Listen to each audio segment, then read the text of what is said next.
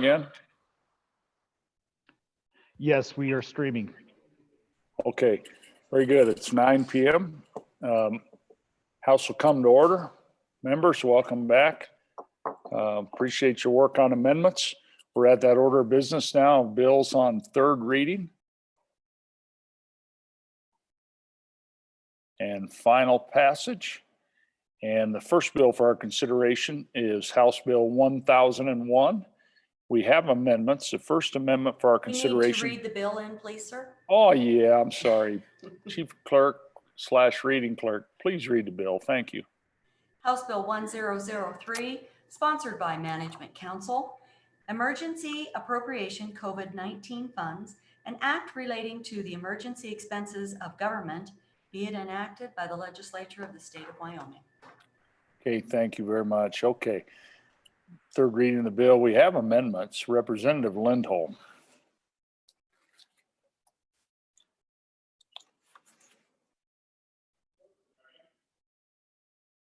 Yeah, thank you, Mr. Speaker. Really appreciate the opportunity. I move third reading amendment number 1 and ask for your favorable consideration. And I think microphone, Mr. Speaker. See if we have our 12 seconds.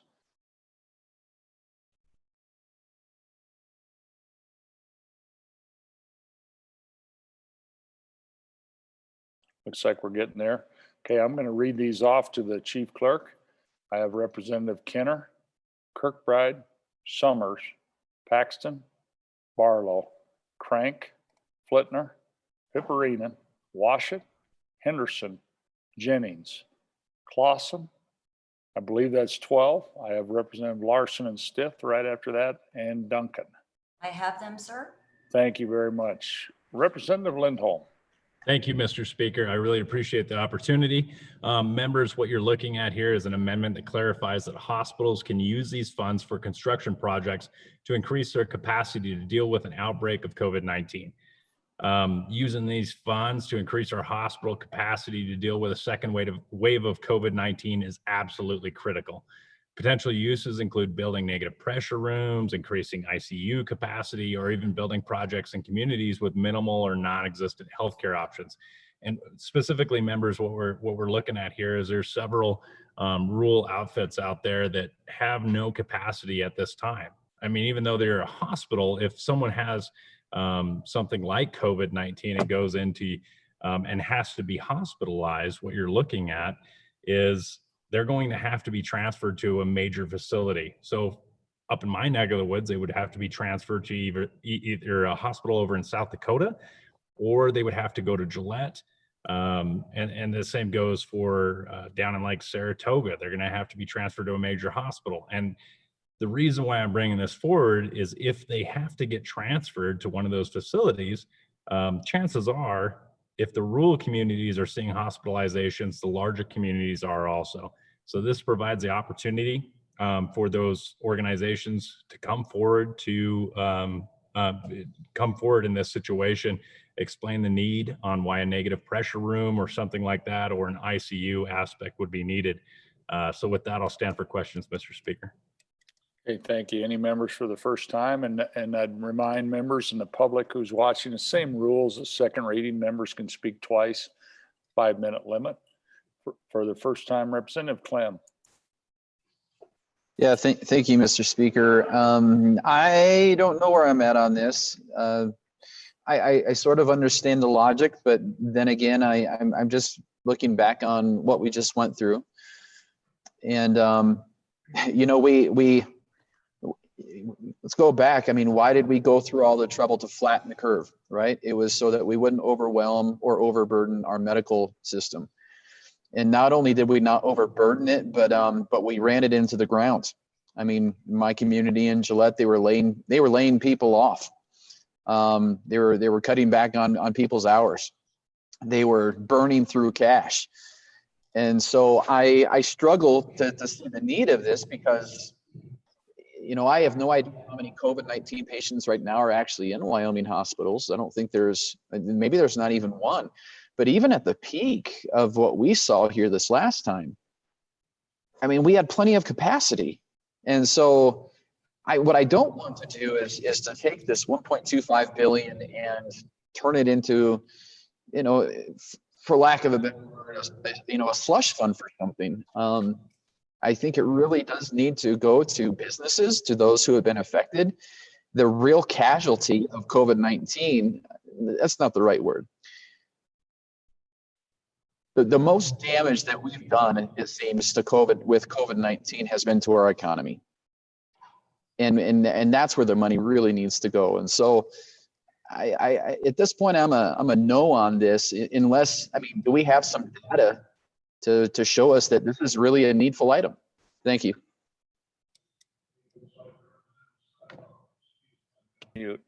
Looks like Representative Stivar has his hand up. Thank you, Mr. Speaker. And I go back to the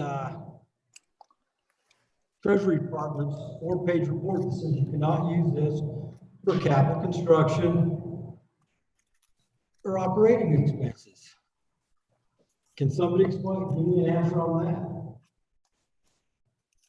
that? Okay, thank you, Representative Washit. Thank you, Mr. Chairman. It seems to me that this is a worthy idea. My concern, though, is that capacity requires not just a bed and space, but also doctors and nurses and respiratory therapists and those sorts of folks. And do we have that for each of our rural communities in Saratoga or up in the Whips neighborhood? And I think that's a bigger question than just having rooms. Okay, thank you, Representative Hallinan. Thank you, Mr. Chairman. I might add that Campbell County Hospital has had one COVID patient in there the entire season. So that would be, how many would be needed in Sundance or in Hewlett? I don't think there'd be any need for them there. So I think the expenses that are related to this really don't make sense. So I'd be against this amendment. Okay, thank you, Representative Summers. Mr. Speaker, thank you. On and supported the amendment. And just to give you an idea, and whether this money will ever play out in these communities or not to do these sorts of things, but I'll give you my county's example. So we're the only county in Wyoming that does not have a hospital, that does not have the ability to have an ICU room. And so you think as we play out, so okay, I'd agree with the representative from the Land of Camels that right now maybe that hasn't occurred. That need for more capacity hasn't occurred. But if you think about how we might open up, and as more people come towards Yellowstone National Park and that community that lies up there near the Tetons, which is where we rely on almost 100 miles away for our health, for our large healthcare service.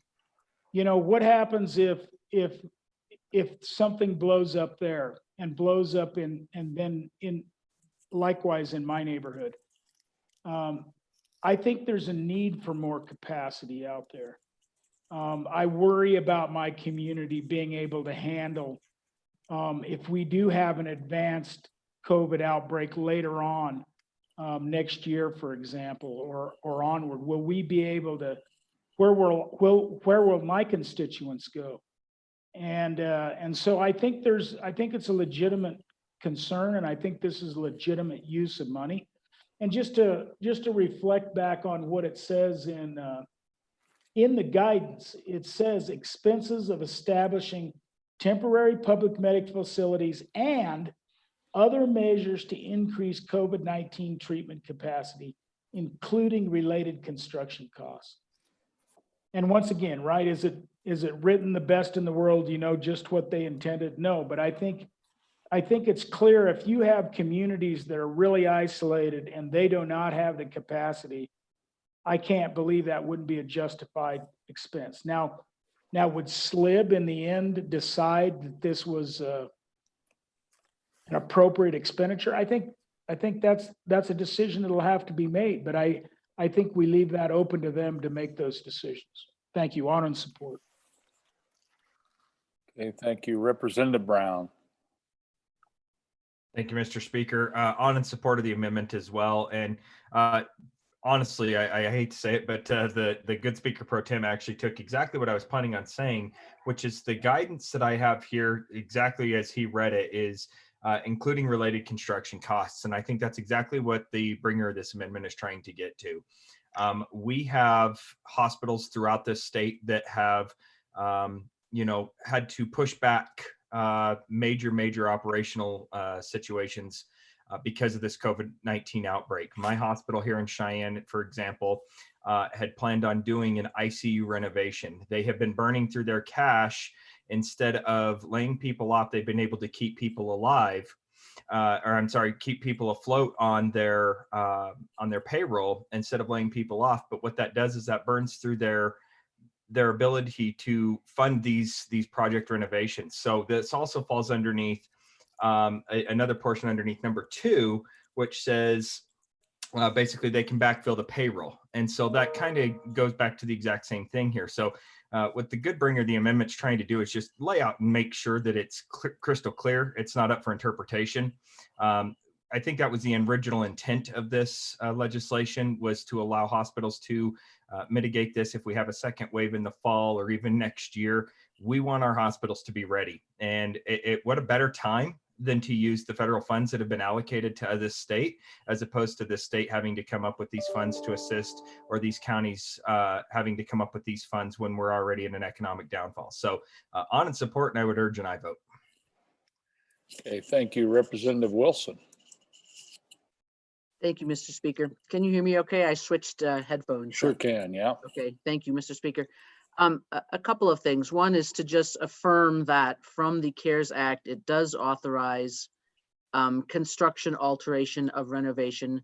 I think I've read that about 3 times now this evening on page 747. So I don't think there's any doubt about that. But from the perspective of Labor Committee, I just want to bring forward a few things for people to think about. And I'm in very great sympathy to this. There are many areas of our state that are underserved. And so constructing new facilities to provide care either for COVID situations or OBGYN, trauma, heart attack, those are great needs. However, we should really consider what we have been considering in the Labor Committee and will probably for some years. One of the reasons we have high healthcare costs in the state is because we are spreading expenses for fixed facilities out over a very few number of patients. So while we may be able to use CARES Act money, I believe we can, to expand our facilities, what we need to consider is that going on from now in 2021, 2022, 2023, there are not going to be a lot of patients in those facilities. And my co-chairman and I are really about at the point where we think we are going to perhaps need to follow some sort of utility regulation model to provide taxpayer money for facilities to just keep them stood up in rural areas. So the more facilities we build where there are not that many patients, the more likely it is in the future that we will want to use public dollars to keep them open. And I don't necessarily think that's a bad idea. I think that we can certainly argue that healthcare for trauma, for obstetrics, for diseases, whatever, is a public function. But just realize that, standing up a building before December 30th is only the beginning. Thank you, Mr. Speaker. Okay, thank you. Representative Jennings. Yeah, thank you, Mr. Speaker. So I guess I have a question for the bringer. I understand the concerns that the former speaker brought, and I do not pretend to be even close to an expert on this, but out of the 2.2 trillion, I was under the impression that there was a package for hospitals, something like 330 billion or something of that nature. Can you speak to that? I mean, are we are we duplicating something that might be taken care of out of another package? Okay, Representative Burlingame. Thank you, Mr. Speaker. I have a question for the bringer of the amendment. I agree with my desk mate here in the capital city that I think that the CARES Act speaks specifically to hospitals, but I'm not sure about the date of completion. And so if the bringer could just speak to that, when those monies would have to be used by. And then I just wanted to make a note when we talk about, the real casualties of the crisis, that our legislature is always mindful of folks who have lost their family members, like the 3 who are lost in one family in one of our counties and around the state, and that our work is to balance the needs of the economy with the actual casualties who are lost in this. I just wanted to make that note. Thank you.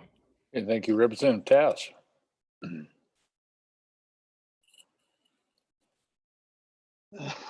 Excuse me, couldn't get my mic unmuted. You're good. Thank you, Speaker, Mr. Speaker. I really agree with our policeman there from Casper. His point is well taken. I'm sure we all remember all the hand wringing and tears that was shed about building a new facility for retired people here in my hometown, and all the talk that there was no CNAs, there was no staff available that we could get to bring into our new facility. So just to start building buildings because it's a fun idea and we've got money, we can go build things. Then what do? You turn them over to the local counties and say, okay, here's you a big, beautiful building. Go fund it, pay for the repairs and all the other costs.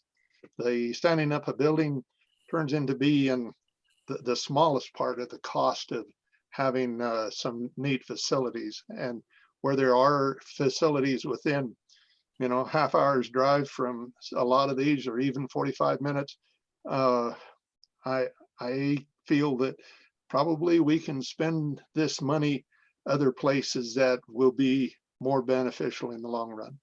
Thank you very much. Okay, thank you. Representative Salazar. Thank you, Mr. Speaker. In favor of this amendment, I think the members of the legislature know full well the damage that this has done to Fremont County. And in my town of Riverton, we need capacity. We need healthcare. We are underserved. And our statistics on life flights will show you how desperately Riverton needs this help. We need a new hospital.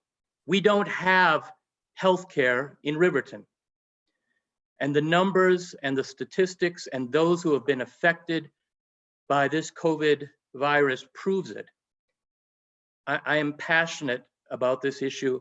I ask you, the state legislature, to support this amendment. It means so much to the over 20,000 people in Fremont County, and specifically the area of Riverton. We need this help. I ask you to support this amendment.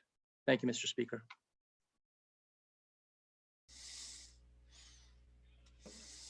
Representative Kenner.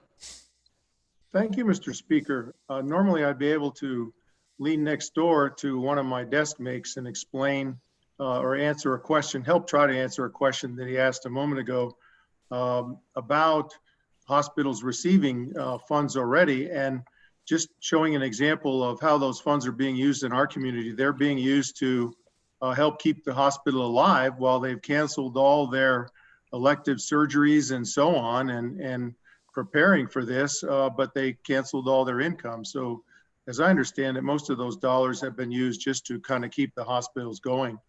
Now to this on and for this amendment, as I think this does help in our case with the remodel that would create surge beds for possibly that happening in the fall, but also mental health beds that we don't have in our area. So it would be expansion of that. And I think we'd all agree that we're probably going to have need for more mental health beds going forward with this. So on and forth. Thank you very much.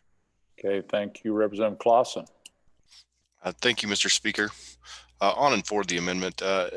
With this part of this $1 billion windfall from the federal government, I think it's almost our duty to help serve or to help bring healthcare to some of these underserved areas and improve some of the areas that we have that that could use a little help. So on and forward the amendment. Great idea. Representative Schwartz. Thank you, Mr. Speaker. In general, I'd like to support the chairwoman of Labor Health in her comments. I served with her for 2 years on Labor Health, and we spent a lot of time discussing the issues of keeping rural hospitals solvent when there wasn't a patient base to really support them. But I also have a question for the bringer of the amendment, which would be, if hypothetically the SLIB approved one of these projects and the money was not expended by December 30th, in my mind, I can't get past that. We missed an opportunity to use that money for something else, because once we get to December 30th, we can't reappropriate it. So I'd appreciate an answer to that. Thank you. Okay, Representative Miller. Thank you, Mr. Speaker. I don't know if anyone has looked at the governor's mail out this morning on the COVID-19 situation. Can you turn it down? But more than almost 2/3 of the cases have come out of Fremont County. 4 of the 7 deaths have come out of Fremont County, and helicopter flights to Casper and other hospitals have gone up 600% over the last few years. So I'm in support of this amendment. We need to look at that, need to look at this option, and we don't necessarily have to use it, but I believe it can be used by some areas in the state. So on and forward. Okay, Representative Roscoe. Thank you, Mr. Speaker. The previous representative just said what I was going to say, but I would like to say that it just keeps the door open, and that I think is good for the state. Thank you. Thank you, Representative Blake. Lloyd's gonna come in. Thank you, Mr. Speaker. You know, everyone, I think I'm in support of this. Everyone's talking about hospitals, but I think we have a lot more than hospitals. We have hospital districts. We have rural healthcare facilities that could use this money. So don't just think hospitals. In Farson, we have a rural healthcare facility. Green River, we have a hospital district. So it's not just hospitals. It could be a variety of different facilities. So I'm in support. Thank you, Mr. Speaker. Anyone else? Representative Larson Lloyd. Thank you, Mr. Speaker. I think it's really important as you look at these statistics around the state.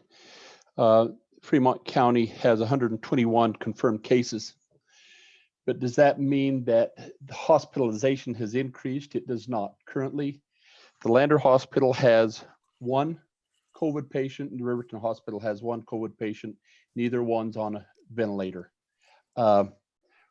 And that number has gone down since the outbreak of COVID. Our numbers have gone up because we have been testing significantly more people than the rest of the state. And what we're learning from that is probably there's more people out there that have COVID that aren't requiring hospitalization than data initially would have outlined. So I think we have to be careful and make sure that we've got, that we're stating accurate information. Make your decision based on that, but just because they're big numbers doesn't necessarily equate into a need. I met with the hospital administrators here to get those numbers yesterday, and unless that's changed dramatically overnight, which I don't believe it has. So let's just don't get your shorts in a knot because the numbers have increased too much. Okay, thank you. Representative Clifford. Thank you, Mr. Speaker. Can you hear me okay? Yes, we can. I am on and in support of this amendment. We have over 150 tribal members who are positive. And I'm going to push back on the previous speaker. I don't have shorts, so my shorts are not in a knot. But when we talk about healthcare and the healthcare disparities, this is serious and we need healthcare. Thank you. Okay, any other members first time? I'd like to send this to Chairman Zwanitzer. If you could call him. I just have a question. Chairman Zwanitzer, could you chair, please? Sure. Go ahead, Mr. Speaker. You have the floor. Okay, thank you. Just for my first time, Mr. Chairman, just a question really. And I, as I read this amendment, I mean, it's just a little shorter than 3 lines. And we have a mix in Wyoming of public and private and hospital districts. I mean, what's the, you know, I hear from Fremont County where we have 2 of our 4 private hospitals, you know, gave up the hospital district model back in the 80s. I mean, does the state come in and build a private hospital to compete with another private hospital? Does the county form a hospital district? I mean, how do you do that, I guess? And I think, so, you know, I think we're all want the same thing, but how does the hub and spoke thing work? I mean, how does telehealth work? Are you going to have an MRI and all these ICU beds in every town in Wyoming? I don't know. I think we're going to have to kind of think about that, but I think we've got 4 private hospitals in the state. Are they? I mean, is this open to them? I don't know. So I'm asking those questions. So thank you, Mr. Chairman. Anyone else for their first time? Seeing none for their, Representative Freeman. Thank you, Mr. Chairman. Thank you, Mr. Chairman. I'm kind of conflicted with this because I think that there is a need for areas of the state where that they can take advantage of this and upgrade their facilities. When I first got into the legislature, I was talking to a hotel lobbyist, hospital lobbyist, and they talked about 2 hospitals that were within 25 miles of each other buying very expensive equipment that, and I can't even remember where it is, but their community was developed such to where that if one hospital would have had it, that would have been enough. But I understand the concerns that if you have a rural hospital, you don't want to go 100 miles to the larger hospital. And if somebody could help me swear all of that out, I'd appreciate it. Thank you. Thank you. Is there further discussion for your first time? Seeing no further discussion, Representative Summers.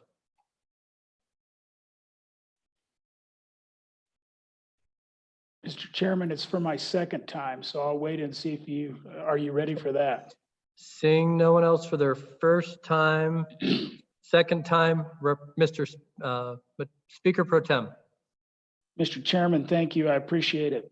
So one thing to note, and like I said, I don't know whether our community will be able to take advantage or do this, but we've been trying to put in a hospital for 5 or 6 years. We finally got most of the pieces together, the land purchased. And so we're going to have to go out and buy and purchase a USDA loan to build this. So why do we want to build it? So we're 100 miles from really 77 miles to Jackson, but you go through a pass. And so we're quite a ways away from a hospital. But that's not even the real reason. If you think about how healthcare is paid for, and particularly like Medicare, and how different facilities get reimbursed, the federal government has kind of forced us into critical access hospitals to get reimbursal rates that we can afford in rural America.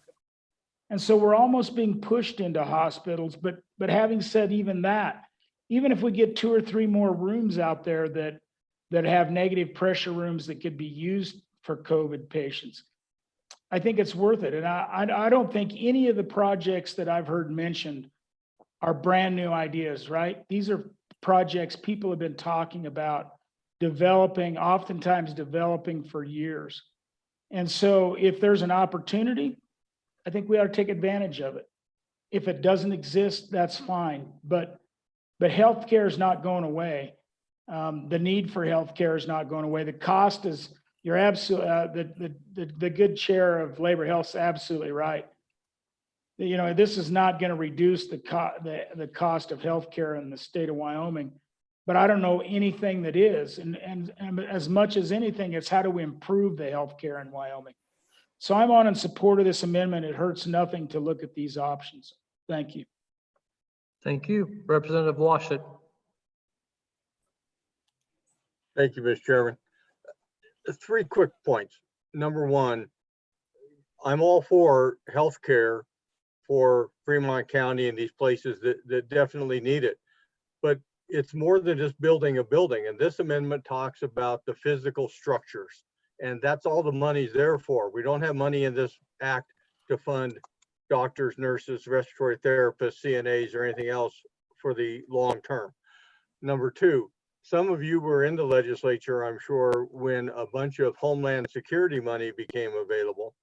And the state looked at that and I thought did a really wise thing. And they said, you know, Wyoming's not likely to be a terrorist target. So let's look at ways that we can do things with that money that would allow us to respond more effectively to terrorism, but at the same time, use that resource for hazardous material spills, tornadoes, floods, and those other hazards that are more likely to demand that type of equipment. And so we bought equipment that would provide for terrorism, but we've never used it for terrorism. We've used it for 1,000 other good things for the people of Wyoming. And lastly, I think capacity may equal a decreased need to close. That if the hospitals have capacity, then the fear that we need to close down all sorts of businesses and schools and so forth to keep our hospitals from being overrun goes away. So I'm a little mixed on this one, but if we can talk about the doctors and nurses to staff these facilities, I'll probably vote for it. Thank you. Representative Hallinan.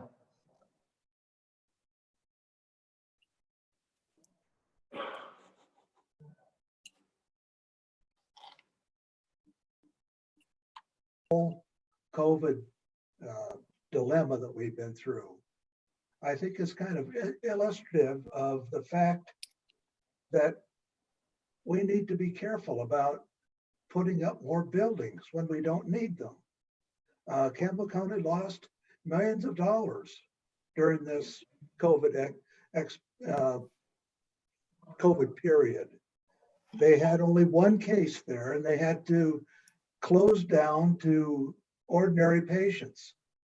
And I think that the likelihood that there's going to be enough patients around the state to make these rural places, very rural places. Now, I don't know about Pinedale and I don't know about Riverton, but I think that other places in the state are going to want to have these. And knowing the way politics works, I think they're probably going to get them.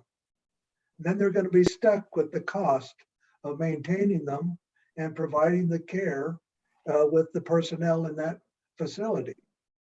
Now, a small place like Pinedale, I think, would possibly do better with a good ER than have a full hospital.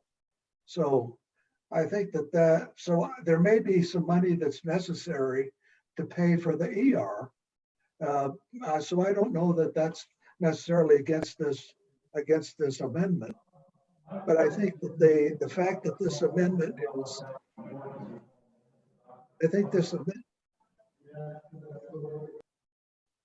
I think this amendment should be thought of very carefully before it's approved. So with that in mind, I vote no on this amendment. Thank you, Mr. Chairman. Thank you, Representative. Next up, Representative Brown, then Representative Clem.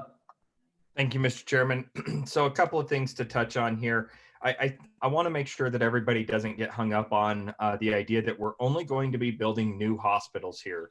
That is not at all what the bringer of the amendment said in his opening remarks, nor have I heard anybody who has been a proponent of this saying that that's the only anticipation here. If you look at the language, it says actually major renovations or capital construction of facilities. So capital construction does not mean that it's brand new, a brand new building. Capital construction means it's going to be a large project. So I think what the bringer of the amendment is trying to do here is to make sure that there's understanding that the money can be used for this. Right now, it's a little ambiguous in the current language. And so I think that the bringer of the amendment is just trying to clarify the necessity that this type of information can be used for major renovations or capital construction. So one of the questions that was brought up was the amount of money, whether or not it can be spent by December 31st. I've had that and I've shared that concern as well, but I tell you what, it's much easier to have that money available right here, right now, and start looking at this. And if it cannot be done, I don't think our hospitals are going to be going for it. It is just going to be approved by SLIB, and SLIB is going to have the ultimate say so. So I don't think we have to worry about that too much. One thing that I wanted to make sure we answered the question from the good representative out of Sheridan was the tranche of money that was given to hospitals. And so I can tell you just a little bit about the hospital here in Cheyenne. They received an $8 million payment. That is all they will receive from our understanding. That was the only payment they will receive, and that was received in the month of April. And that basically, oh my goodness, sorry guys, my dog just got me here. Hey, come here. My apologies. $8 million to Cheyenne. That propped the hospital up here for the month of April. That gave everybody the month of April a something to float on. That is not going to continue into May. The hospital here is looking at trying to refill some of that lost funding that's going to be coming from these major operations, stuff like that. But and the last thing I want to touch on is the idea of rural healthcare, and that actually goes back to this last thing about the money from the tranche.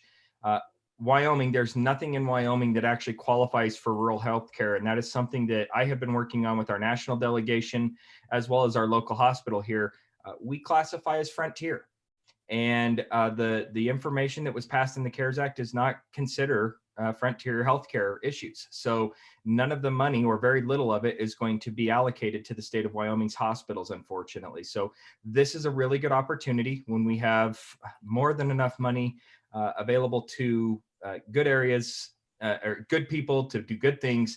Let's use it for what it can be used for, and not get hung up on this idea that people are just going to go haywire and go spending and buying building brand new buildings, when that's not really what I think they're going to be doing. I think they're going to be doing the renovations, and if they have a solidified plan, SLIB will have the final say so on that. Thank you. Representative Clem, this is your second time, correct? Correct, Mr. Chairman. Yes, thank you. Please yeah, proceed. Thank you. I figured I'd bark about this one more time. So, all right. So I have a question here, and see if we can hear this. I am concerned with the deadline of December 30th or December 31st in spending these funds. I guess the question is, do we have any shovel-ready jobs right now? I mean, because there's permitting, there's engineering. I mean, there's a lot that goes into a project like this. And so I'd like to hear if there are indeed shovel-ready jobs that could hit the ground running, and they will be done in the next 6 months, because that's what we're looking at. So I think that's a valid question that we should know. This is, I think everybody agrees that this is a valid idea, a valid argument for the use of these funds. The question that I run up against is it the prudent thing to do, considering that we're here on a first things first basis? And not that something like this couldn't be addressed later on. It's just, is it the prudent thing to do? and I want to go back to what my good friend in Teton County had said. You know, if we earmark these funds for these capital construction projects and they're not used, then what, you know, what do we stand to lose? I think that's a valid question. How many millions are we going to not use because we didn't spend it by the deadline that could have been used for something else? And so I think those are things that we just need to consider. But I would like to know if there is any shovel-ready jobs. I'd like to know about it. Thank you. Okay, thank you. Representative Stivart, second time. Thank you, Mr. Speaker. Again, I'm going back to the Treasury Department letter put out April 22nd on expenditures. And right here, it says expenditures, where's it at now?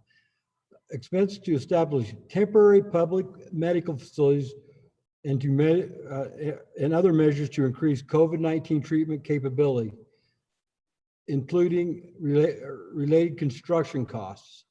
That is temporary. And I'm going back to like I said, the Department of Treasury's April 22nd letter of how we can spend this money. Okay, thank you. Did I accidentally hit somebody's hand? Was there anybody else want to speak second time? I'm not seeing any right now. Okay, Representative Salazar. Thank you, Mr. Speaker. So I think about the last 2 months, particularly in Fremont County. I don't believe that COVID-19 is dead. I think it could easily reappear. I don't know if it's going to reappear in the fall or next year, but my county, my town of Riverton could be facing the same thing that we faced over the last 2 months. No healthcare.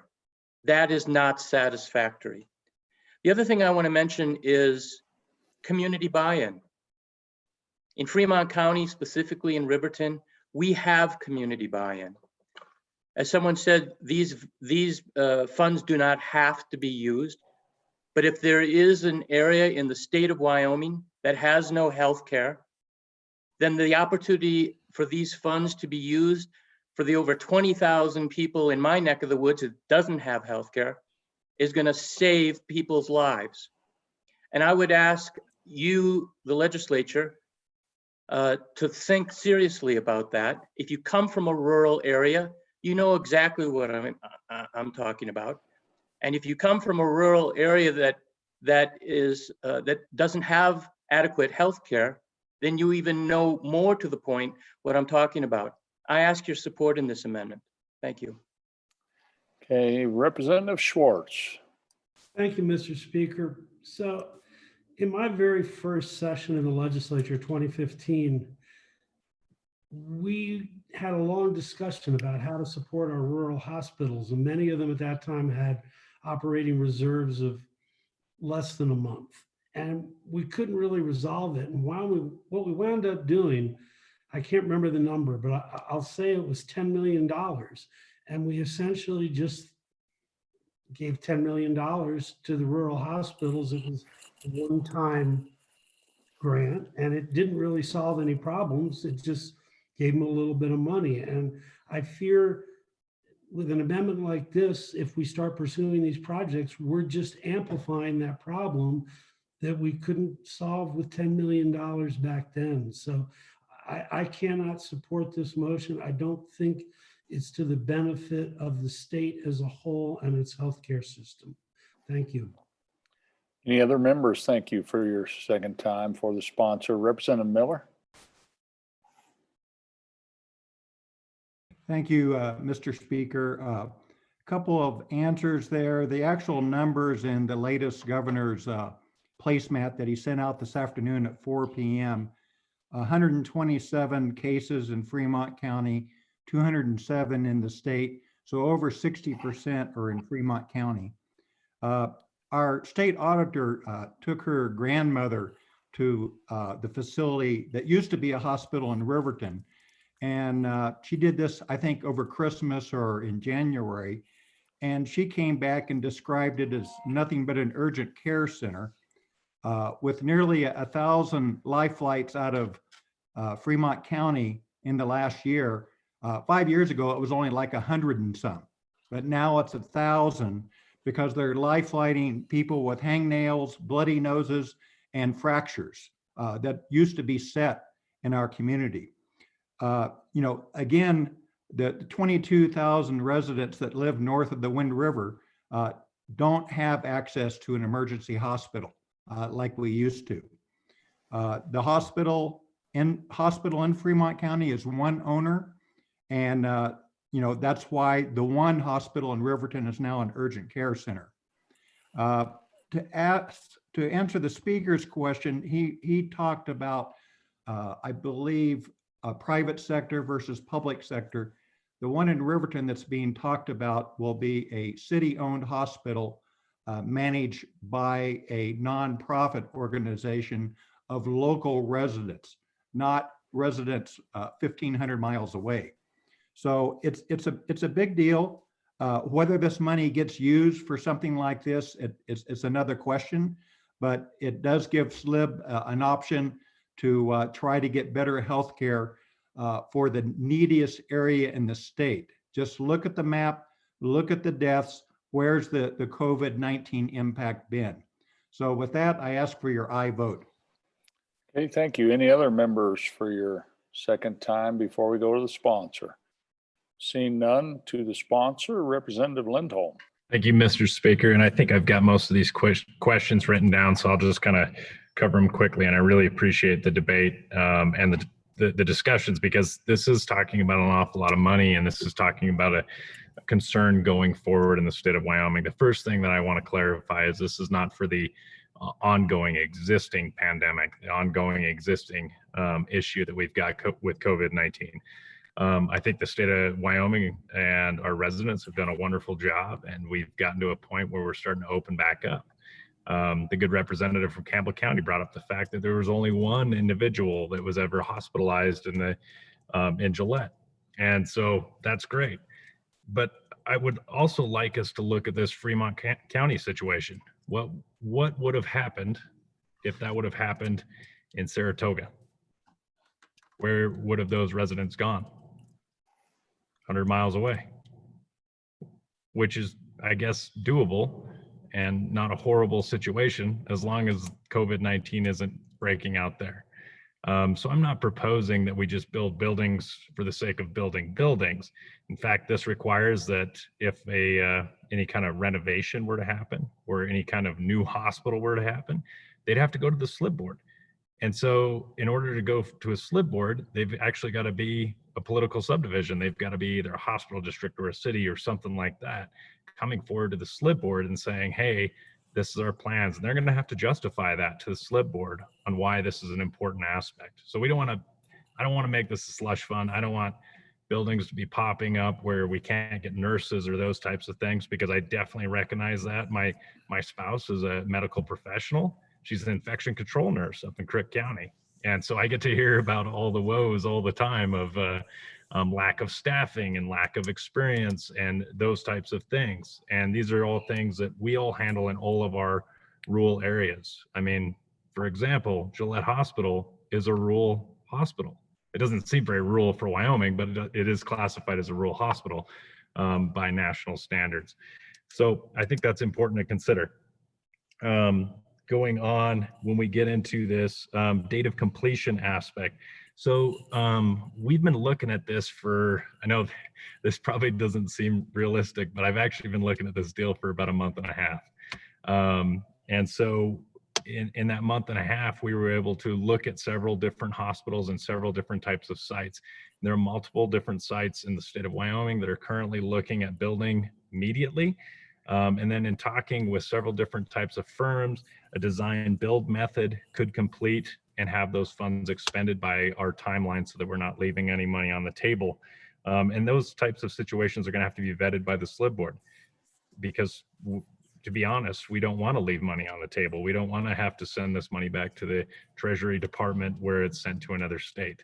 That doesn't benefit Wyoming. So really, really good question. I appreciate that. And that's something that we've researched pretty emphatically.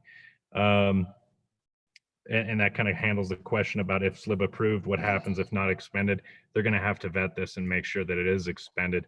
and that it is a design build methodology. Profit versus nonprofit, I think the good representative from Riverton handled that situation. I think this is going to have to be something that could also be vetted by the SLID board. Yeah, and so that really essentially covers it. This is going to have to be, folks, your hospital districts and those types of folks coming forward to the SLID board. Just because I've added 8 words, that's what the amendment is. Just because I've added 8 words doesn't mean these hospitals are going to crop up right off the bat. They're going to have to vet them. They're going to have to do their due diligence. And so that's where I'm asking you to put your trust, is put the due diligence in the SLID board, and your local hospital boards and the cities and all of those folks. So yeah, please vote aye. Okay, thank you. We're voting now on third reading amendment number 1 to House Bill 1001. All members in favor of that amendment, please raise your hand. Hold it up there.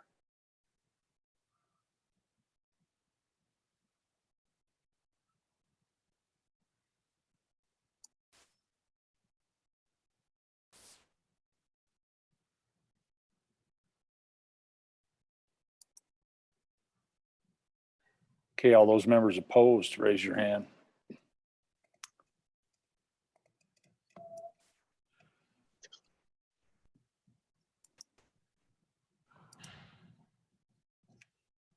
That amendment has failed. Division. Division being called. Chief Clerk, please call the roll.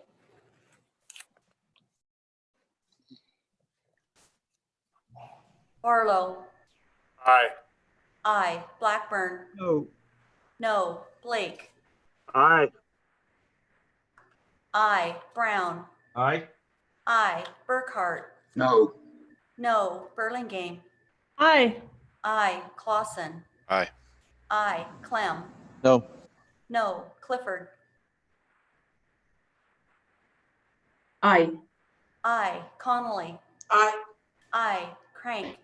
Aye. Aye. Dayton Selman. Aye. Aye. Duncan. Aye. Aye. Edwards. No. No. Eklund. No. No. Air. No. No. Flitner. Aye. Aye. Freeman. Aye. Aye. Purphy. Aye. Aye. Gray. No. No. Greer. No. No. Haley. No. No. Hallinan.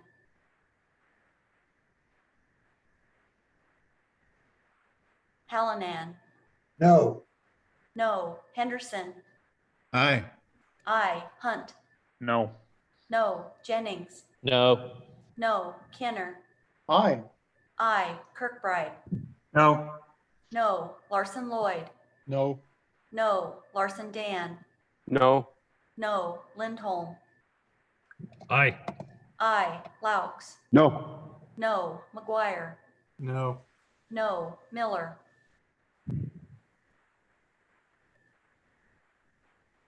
Miller. Aye. Aye. Newsom. Aye. Aye. Nicholas. No. No. Northrup. Northrup. Obermuller. Aye. Aye. Olson. Aye. Aye. Paxton. Aye. Aye. Pelkey.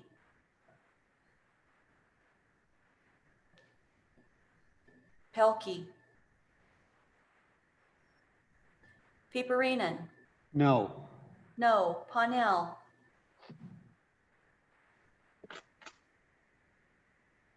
Parnell.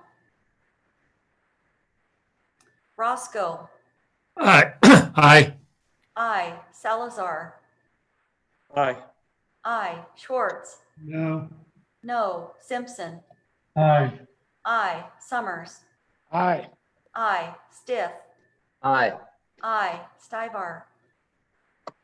No. No. Sweeney. No. No. Tass. No. No. Walters.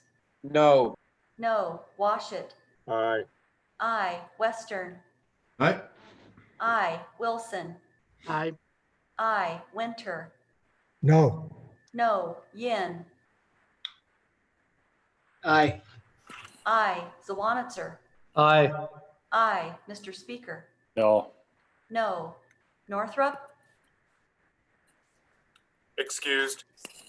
Excused. Pelkey. Excused. Excused. Punnell. Excused. Excused. Closing vote. Are there any changes? Please raise your blue hand. Are there any changes? Closing vote. The vote is closed.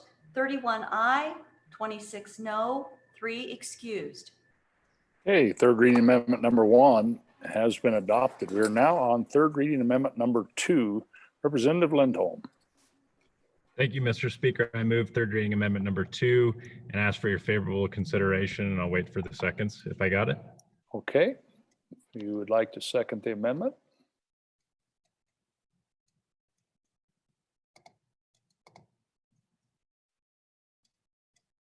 Members, we went 56 minutes on that one amendment. We upped our average a little bit. We're doing 20 minutes an amendment. Okay, I think we got 12. I'm going to count them off, Chief Clerk. I have Representative Olson, Larson Lloyd, Paxton, Brown, Duncan, Clem, Flitner, Furphy, Western, Summers, Clausen, and Henderson. And then Roscoe and Newsom if you need those. If I didn't get 12. I think have them, counted. sir. Okay, thank you very much. Representative Lindholm. Thank you, Mr. Speaker. Once again, increasing the capacity of our state to deal with a second or third wave of COVID-19 is absolutely critical to preserve life and reduce the impact that the virus has on our economy. The Wyoming Department of Homeland Security has conducted several assessments of large facilities across the state, which could be used as an emergency facility in case the local hospital has more cases than capacity. This includes facilities in Casper, Rock Springs, Gillette, Cheyenne, and others. These assessments determine the sustainability of the site for the Army Corps of Engineers to convert the facility into a temporary medical facility. For example, the assessment of a large facility in Campbell County found that the site was suitable, but could use upgrades to a transformer and power lines, as well as a backup generator. This amendment allows the Homeland Security to request grants through the State Building Commission to improve the readiness of these sites. I mean, honestly, I think we all agree that we hope we never have to use it, but it is important to be prepared if the need arises. And I think this fits just real nice and tight with the guidance that we got from the Treasury. And so that's why I'm bringing this forward. So I'll ask for your favorable consideration. Okay, anyone else for their first time? Would anyone like to speak on this bill? Okay, not seeing any hands. Anyone first time? Okay. All right, so we were, Mr. the bringer of the amendment doesn't want to speak. He's in the Capitol, so I can see him, gives me the no sign. Okay, so we're voting on the amendment. Question on the amendment. We're voting on third reading amendment number 2 to House Bill 1001. All those in favor, please raise your hand. Hold it up there and I'll scan the screens. Pretty close last time, 31 votes. Okay. Keep them up there, please.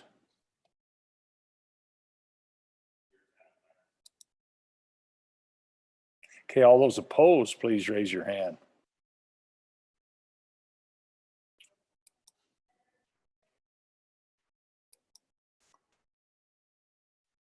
Okay, that amendment has failed. Division being called. Chief Clerk, please call the roll.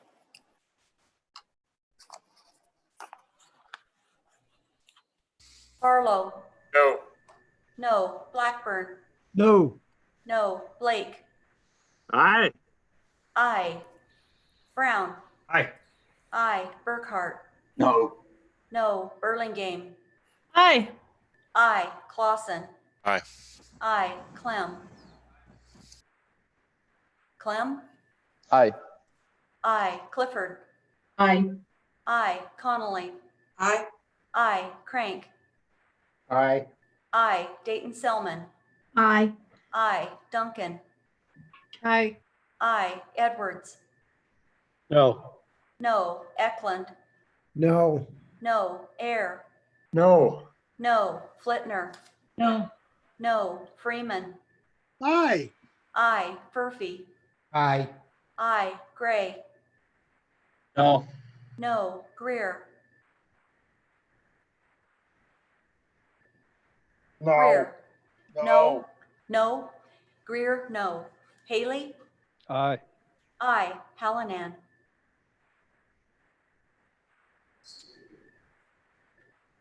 Hallinan.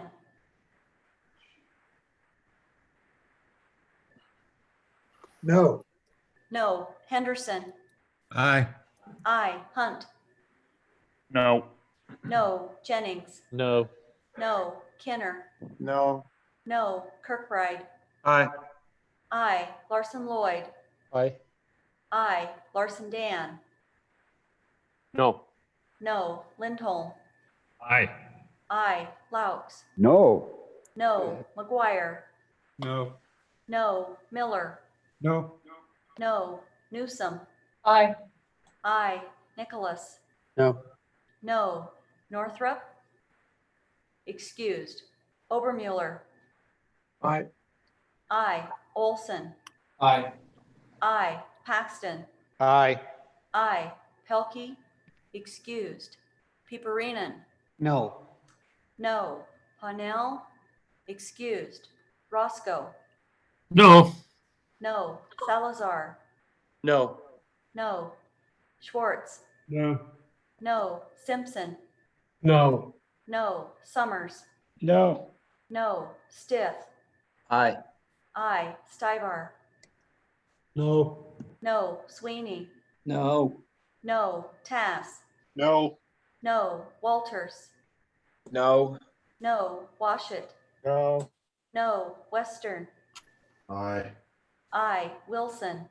Aye. I, Winter. No. No. Yin. Aye. I, Zwanitzer. Aye. I, Mr. Speaker. No. No. Closing vote. Are there any changes? Raise your blue hand. Closing vote. The vote is closed. 26 aye, 31 no, 3 excused. Okay, that amendment has failed. We are now on third reading amendment number 3. Representative Zwanitzer. Thank you, Mr. Speaker. I'm pleased to bring third reading amendment number 3 to the body and would ask for your favorable consideration. You'll Okay, remember. if we can, let's ask for seconds. Okay, members, if you can.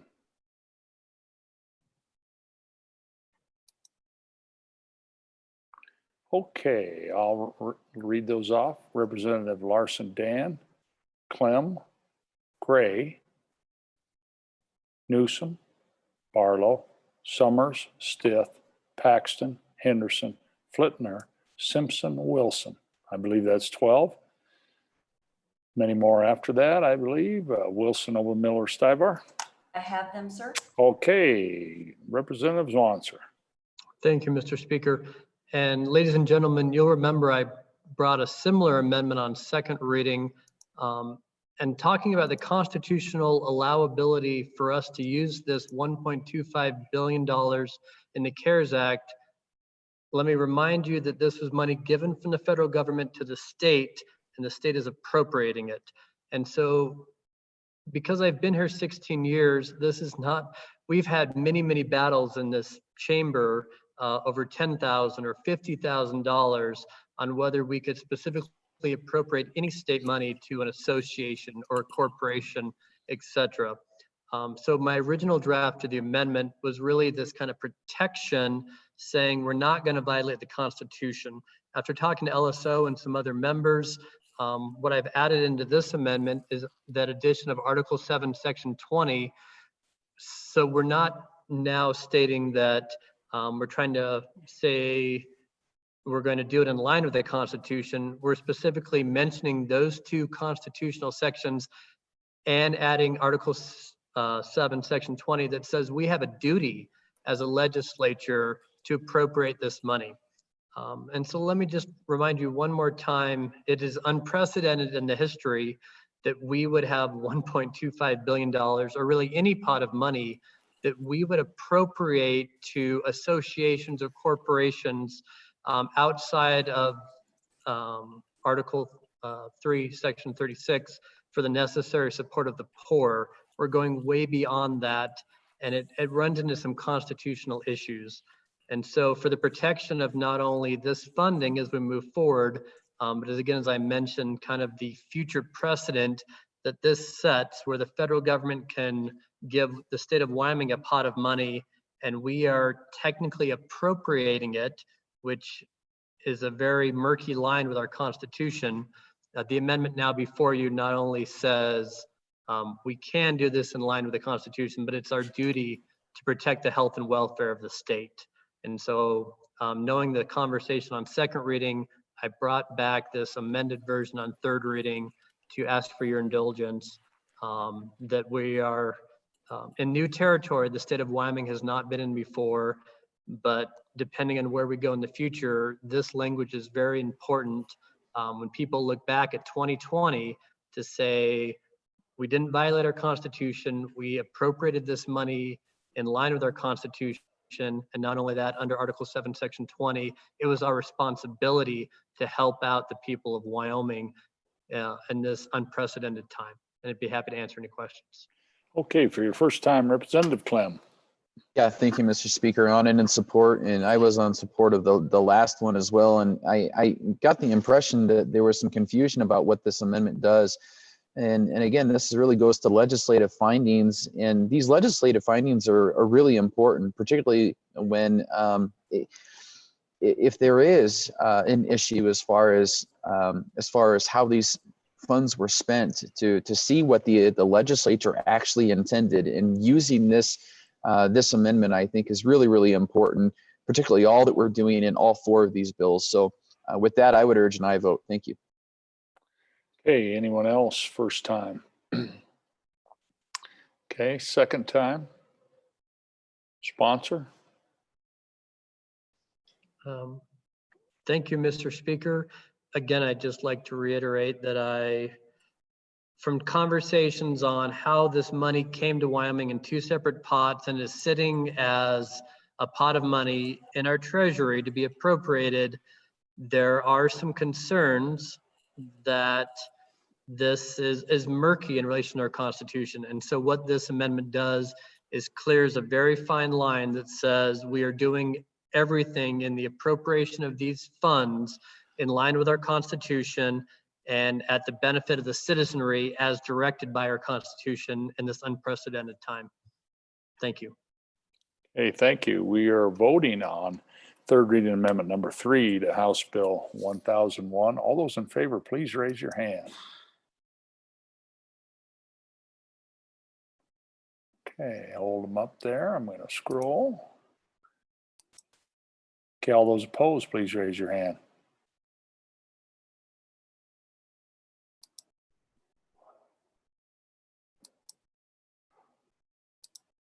Okay, that amendment has been adopted. Okay, we are now on third reading amendment number 4. Representative Clem. Thank you, Mr. Speaker. I move third reading amendment number 4 to House Bill 1001.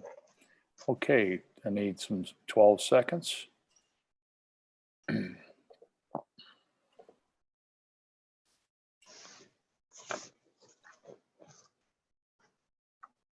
Okay, I think we're there.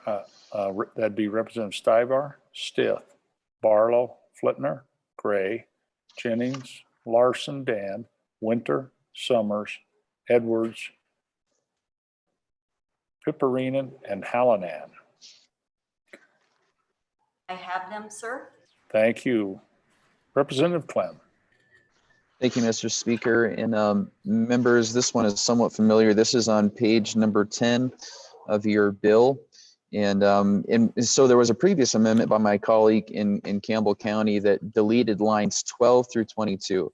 And previously we had amended paragraph 4, which is lines 12 through 15. And so what I did is I left paragraph 4 intact, and the amendment speaks only to lines 17 through 22. And this is that provision where it says for capital construction expenses, this is the authorization to expend these CARE Act funds for capital construction expenses to improve the state's capacity to provide mental health services in response to the public health emergency caused by COVID-19. And then these capital construction expenses authorized, et cetera, et cetera. The reason I'm bringing this, members, is we heard in particular that this has more to do with youth mental health, and I guess as the problem was articulated, the way I understand it is some of our group homes or crisis shelters or RTCs or PRTFs, if they have a sick individual, apparently they weren't wanting to take that individual, and therefore there was the need to build additional facilities in order to house young people for that reason. And so, instead of rehashing all the same arguments, I'm not going to do that. I do think it's noteworthy, and we haven't really heard if there are any shovel-ready jobs. These funds have to be spent by December 30th or December 31st of this year. So 6 months is really what we're looking at. And I really don't know if it's prudent to tie up these funds with something like that when they could be used elsewhere. And so I would ask for your favorable consideration on this. It's not as if it's a bad idea. I don't think any of the authorizations for expenditure in this bill are bad ideas. I just don't. I just wonder if it's the prudent or if it's the wise thing to do right now with the first things first mentality. And that's what we've heard coming into this session, first things first. I just don't think this is appropriate for this time. It might be appropriate for a second thing second, but first things first, not so much. Thank you, Mr. Speaker. Okay, any members first time? Representative Hallinan.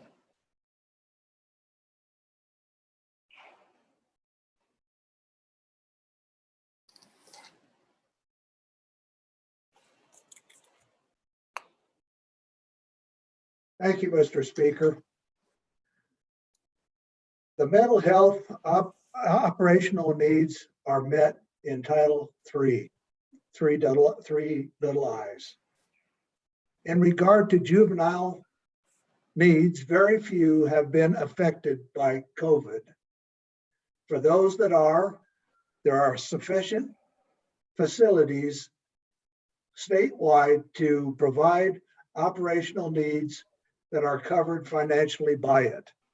By number 3, again, the discussion of building for needs, future needs, are not addressing the COVID crisis, which is current.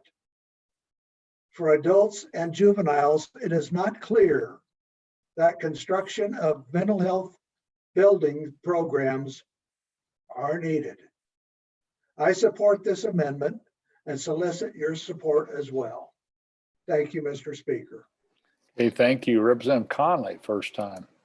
Thank you, Mr. Speaker. On and against this amendment. I was against the second reading version of it as well. I can see no reason for taking out of this bill kind of a recognition that we might be able to use some of this money to bolster our mental health infrastructure, capacity, and systems. We've known that we have issues with mental health since the point I was on judiciary. We were constantly talking about kind of the needs for additional beds, so we're not putting people into our criminal justice system rather than into the mental health system, that we needed an expansion. And we needed an expansion of facilities with beds, in many cases for a short term rather than a long term.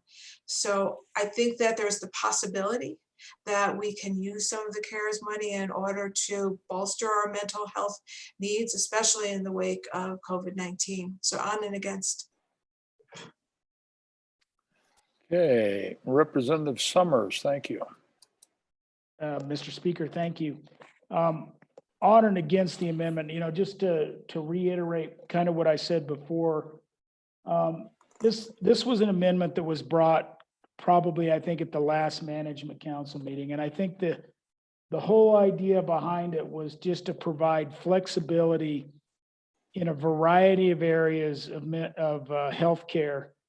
And ultimately, as you'll see, it's the 5 electeds, the building commission would make the decision. So it wouldn't be made lightly, but I think it just provides flexibility to look at a variety of areas in healthcare, including mental health, which we all know is extremely important and frankly will be, because of the COVID issue, will be at a heightened instance again because of our depressed economy and frankly fear from the disease. So on and against this amendment. Hey, thank you, Representative Larson Lloyd. Thank you, Mr. Speaker. I would just say that I don't think that having this in here commits any money. It, like we've done with a number of other amendments, we've just left the avenue open to be used if we can do it. I think that we need, and I would hope that we would look a little more broadly than just this.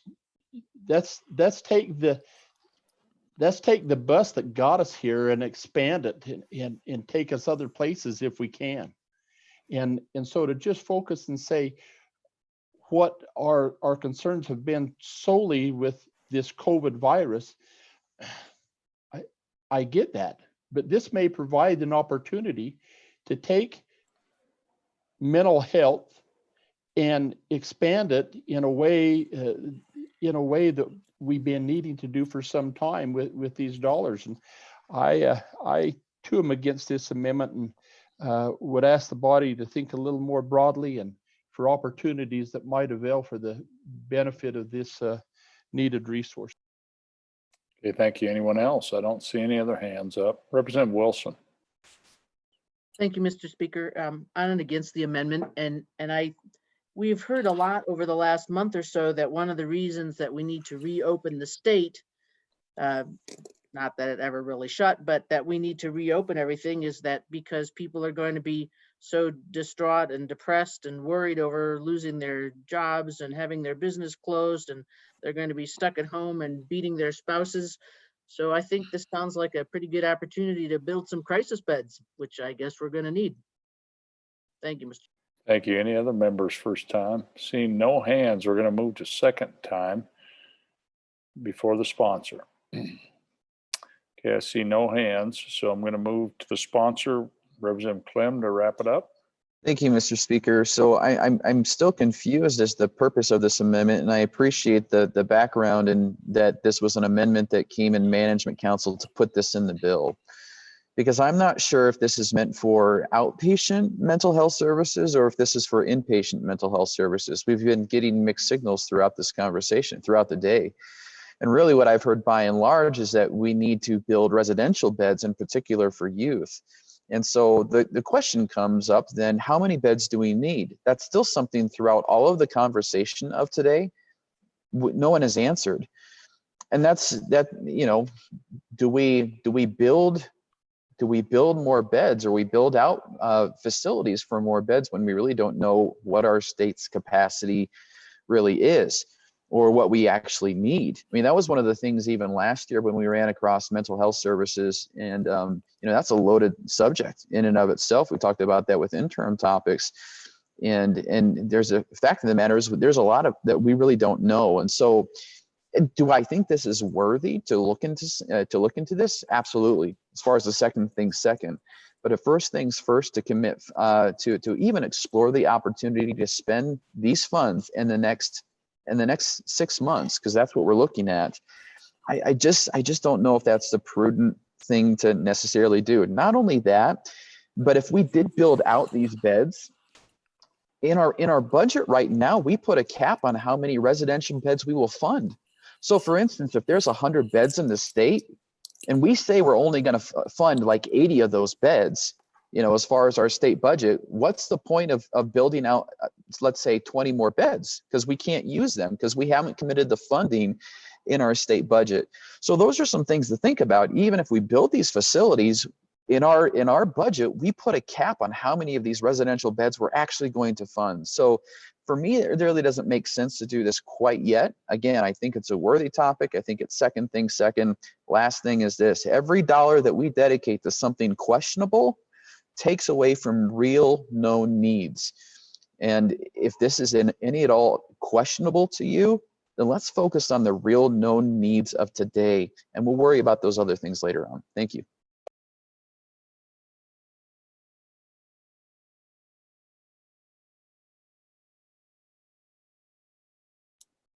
Okay, I'll repeat myself. Now with the mic on, my apologies. We're voting now on third reading amendment number 4 to House Bill 1001. All those members in favor of the amendment, please raise your hand. Favor of the amendment, raise your hand. I'm going to scroll the screens.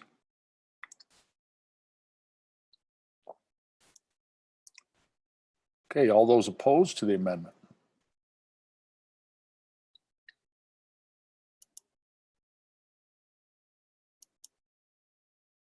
Okay, that amendment has failed. Okay, we are now on third reading amendment number 5. Representative Hunt.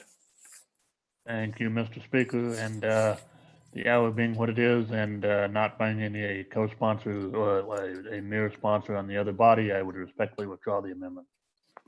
Okay, third reading amendment number 5 has been withdrawn. We are now on amendment number 6. Representative Barlow. Mr. Speaker, I move third reading of number 6. Are there seconds?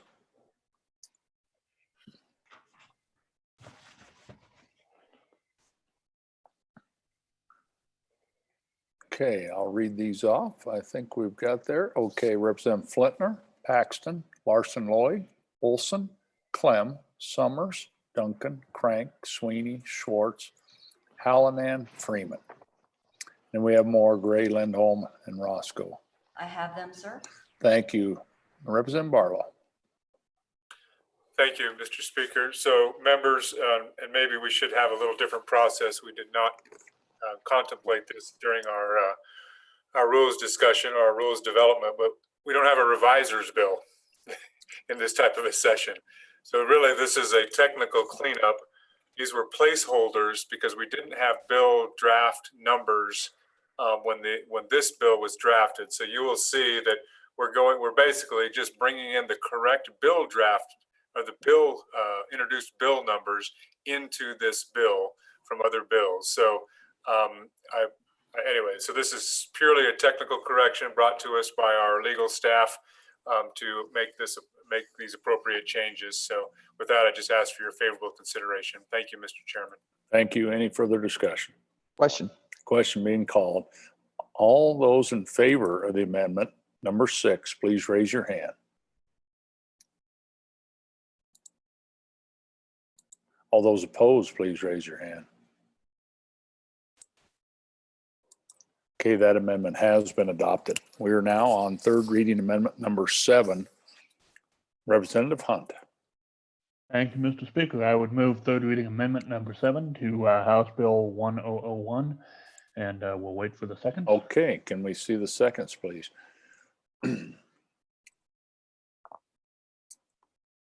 Okay, got your seconds. Representative Summers, Duncan, Lindholm, Henderson, Paxton, Larson-Lloyd, Flintner, Clem, Barlow, Clausen, Wilson, Blake. And there are a few more as well, I think, Gray and Stiff. I have them, sir. Thank you. Representative Hunt. Thank you, Mr. Speaker. I'll try and be brief with this, but folks, this is just some narrowing down of the second reading amendment that I brought. And as you take a look at it, what we're adding at the end here is, in addition to the language that was there, saying that I'll start it on line 6, they're limited to expenses to produce and processed food incurred by businesses, cooperatives, and political subdivisions of the state, which have suffered, and this is the new language, which have suffered adverse market effects or experienced unusual levels of strain in the supply chain due to the impacts of the COVID-19 novel coronavirus. So, Mr. Speaker, that is in essence the amendment. It does delete the second reading language just because in conferring with LSO, they made some tweaks to that existing language. So that's it. Okay, if any members would like to speak for the first time? I'm looking for hands. There's no hands. Second time, Mr. Question. Question being called. All members in favor of third reading amendment number 7, please raise your hand.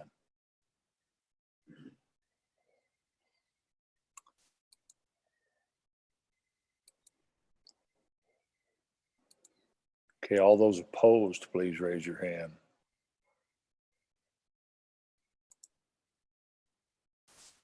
Okay, third reading amendment number 7 has been adopted. Okay, House Bill 1, I believe that's the end of our amendments. House Bill 1, 1001, having been read 3 separate times. The question is, shall the bill pass the House? Chief Clerk, please call the roll. Harlow. Aye. Aye. Blackburn. Aye. Aye. Blake. Aye. Aye. Brown. Aye. Aye. Burkhart. Aye. Aye. Burlingame. Aye. Aye. Clausen. Aye. Aye. Clem. Aye. Aye. Clifford. Aye. Aye. Connolly. Aye. Aye. Crank. Aye. Aye. Dayton Selman. Aye.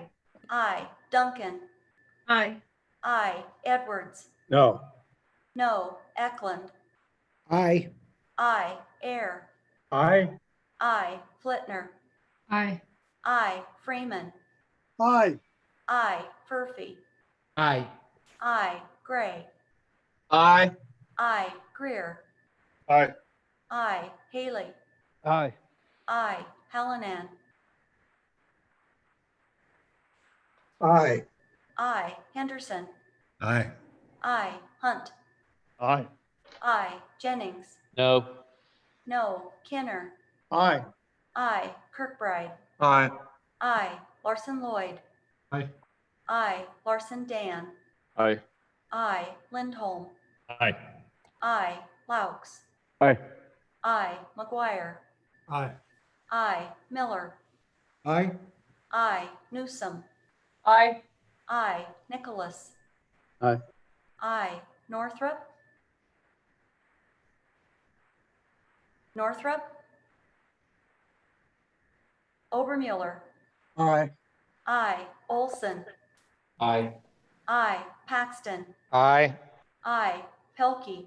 Aye. Aye. Piperinen. Aye. Aye. Parnell. Parnell. Roscoe. Aye. Aye. Salazar. Aye. Aye. Schwartz. Aye. Aye. Simpson. Aye. Aye. Summers. Aye. Aye. Stith. Aye. Aye. Stivar. Stivar. No. No. Sweeney. Aye. Aye. Tass. Aye. Aye. Walters. Aye. Aye. Washit. Aye. Aye. Western. Aye. Aye. Wilson. Aye. Aye. Winter. Aye. Aye. Yin. Aye. Aye. Zwanitzer. Aye. Aye. Mr. Speaker. Aye. Aye. Northrup. Excused. Excused. Parnell. Excused. Excused. Closing vote. Are there any changes? Raise your blue hands. Closing vote. The vote is closed. 55 aye, 3 no, 2 excused. House Bill 1001, having received the affirmative vote of the majority of the members elected to the House, House Bill 1001 has passed the House. Next bill for our consideration is House Bill 1002. The Chief Clerk, please read the bill. House Bill 1002, sponsored by Management Council. Emergency Government Action COVID-19, an act relating to emergency aid and emergency procedures in response to the COVID-19 novel coronavirus pandemic, be it enacted by the legislature of the state of Wyoming. Okay, we have amendments. The first amendment is Representative Stith. Mr. Speaker, I move Third reading amendment number 1 to House Bill 1002. Okay, are there seconds to this amendment?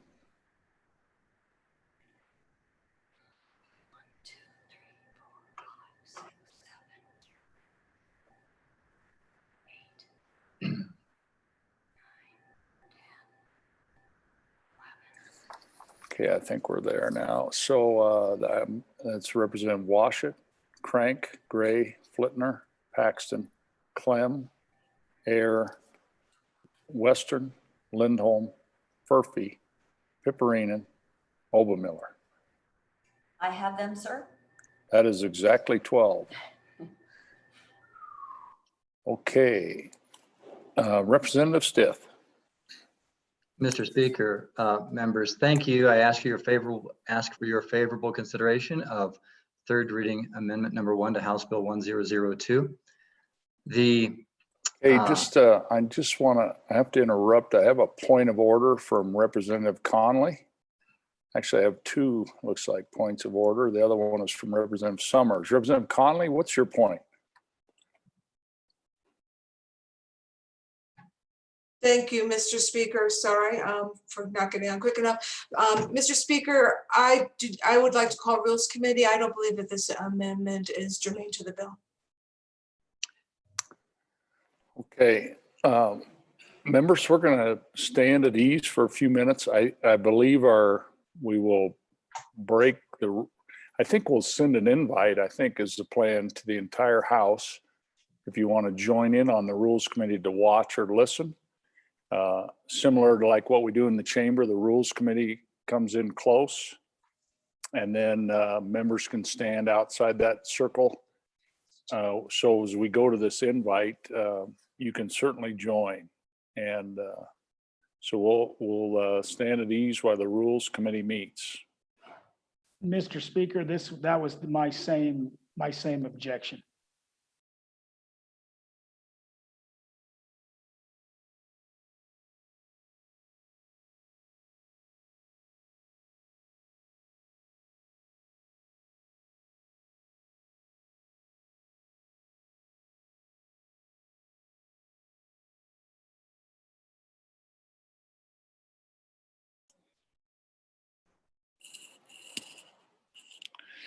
Okay, I think we're all back now. Looking around. Okay, the House will come to order.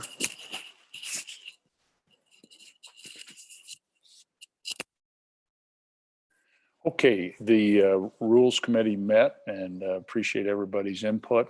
And the chair rules that the amendment number 1 is not germane to the bill. Representative Stith? Yes, and I would withdraw the amendment. Okay, amendment number 1 has been withdrawn. And members, the process, any member can always appeal the ruling of the Rules Committee and the chair of the Rules Committee, and if that's sustained by a majority vote, of course. But Representative Stith's chosen to withdraw the amendment. Okay, thank you. We're now on third reading amendment number 2 to House Bill 1002. Representative Nicholas. Thank you, Mr. Chairman. Ladies and gentlemen, I would move third reading amendment number 2 to House Bill 1002 and ask for your favorable consideration. Okay, I'd like to see the seconds, please.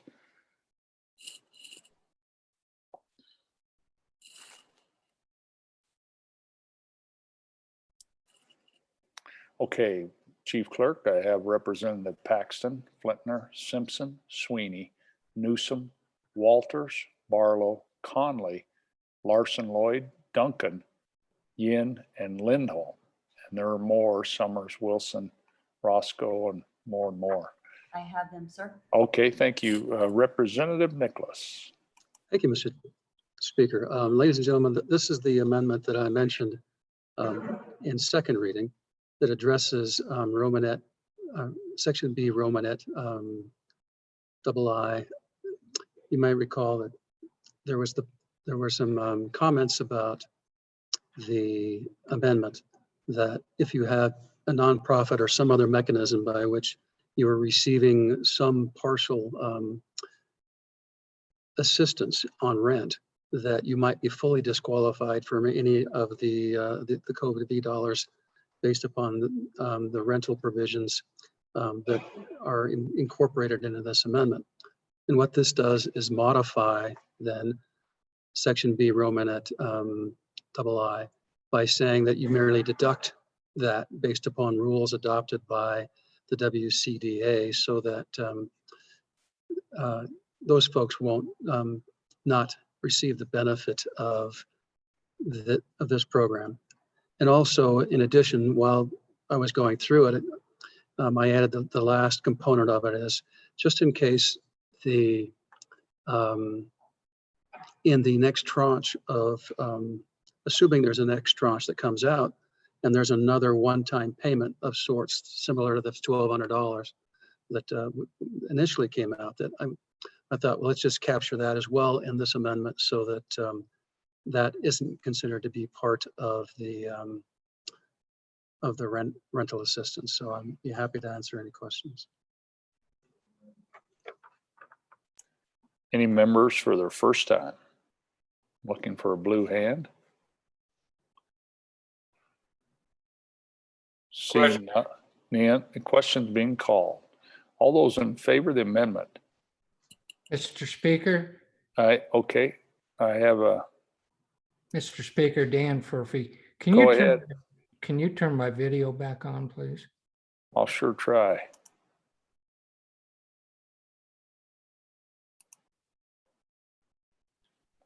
I don't know if I can, but there we go. Shazam. Okay. Same for Jerry Obermuller, please. Okay, we're going to pause for a minute before we vote. All kinds of little duties. We're learning new skills all the time. Okay, Representative Miller, did that work? I don't know. There he is. Okay, very good. Okay, members, the question is being called on third reading amendment number 2. All those in favor of the amendment, please raise your hand. Hold your hand up. I can see those.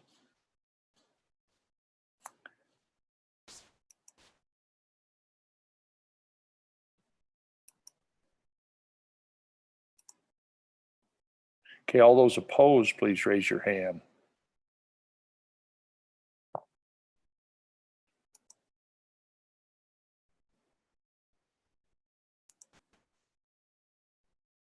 Okay, that amendment has been adopted. Okay, the next amendment for our consideration is third reading amendment number 3. Representative Duncan. Thank you, Mr. Speaker. I move third reading amendment number 3 for House Bill 1002 and ask for your favorable consideration. Okay, could I see those seconds, please?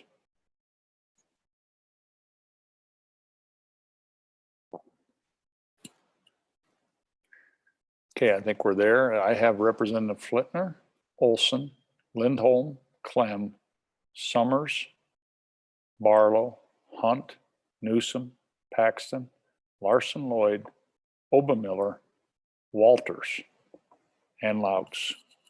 I have them, sir. Okay, thank you. Representative Duncan. Thank you, Mr. Speaker. This basically what this is doing is it's just tightening up our previous amendment and previous 2 amendments. And what it's doing is it's basically, it deletes the Montana reference and in this amendment, and it adds the mortgages and the contracts for deeds that are not covered in the federal act, and it eliminates the mortgages that are already given forbearance under the federal acts, but it also ups the annual incomes from 250,000. This is so that we capture those in the oil field or in the mines that are getting laid off and uncertain about their jobs, those people have a higher threshold of an income. So this captures them. And it also makes sure that we are taking care of our contract for deeds. That wasn't addressed in the last one. And let's see, what else? And that's pretty much the basics of this amendment. Okay, would any member like to speak for the first time? Okay. Seeing none. Second time for the sponsor? Question being called? Okay. Okay, question being called. Okay, all those in favor then of third reading amendment number 3, please raise your hand.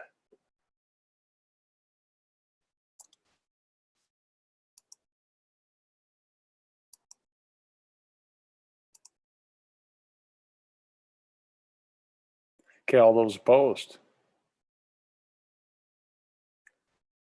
Representative Pipperinen, I like that. Got my attention. Okay, that amendment has been adopted.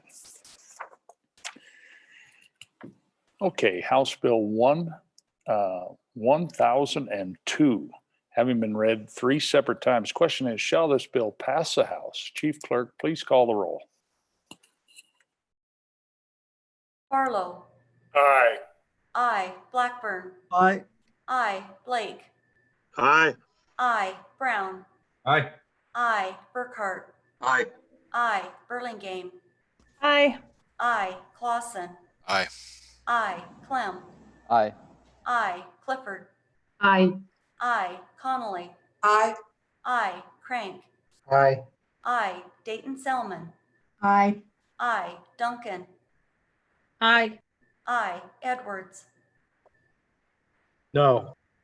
No. Eklund. Aye. Aye. Air. Aye. Aye. Flitner. Aye. Aye. Freeman. Aye. Aye. Furphy. Aye. Aye. Gray. Aye. Aye. Greer. Aye. Aye. Haley. Aye. Aye. Hallinan. Aye. Aye. Henderson. Aye. Aye. Hunt. Aye. Aye. Jennings. No. No. Kinner. Aye. Aye. Kirkbride. Aye. Aye. Larson Lloyd. Aye. Aye. Larson Dan. Aye. Aye. Lindholm. Aye. Aye. Laux. Aye. Aye. McGuire. Aye. Aye. Miller. Aye. Aye. Newsom. Aye. Aye. Nicholas. Nicholas.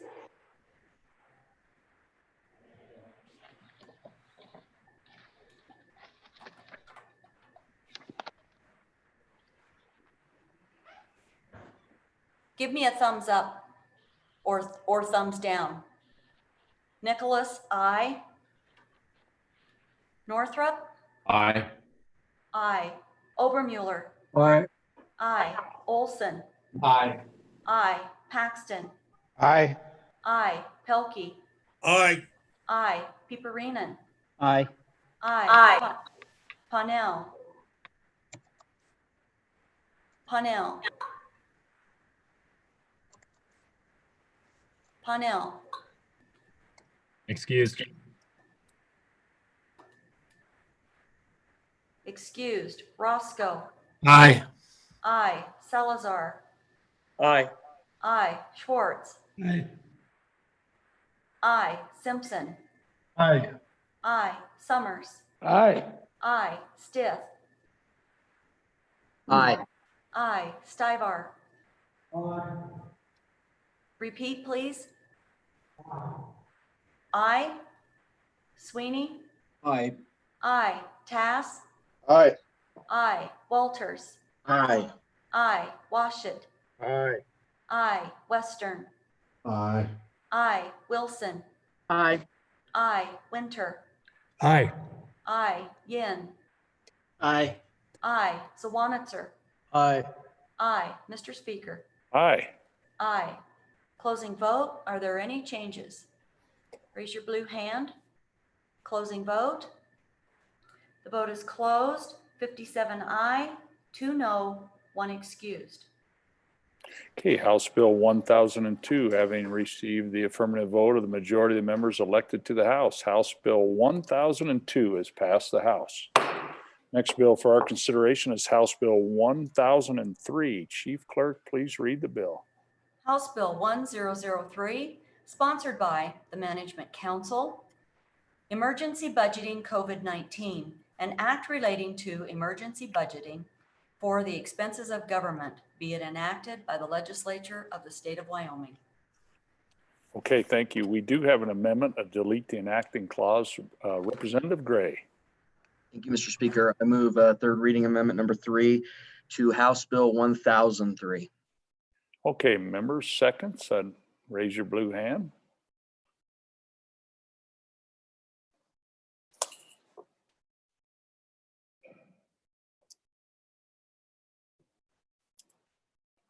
Okay, I think we're right there. Let me count these off. We have Representative Stivar, Representative Flitner, Larson Dan, Jennings, Clem, Barlow, Edwards, Summers, Pipperinen, Miller, Lindholm, and Winter.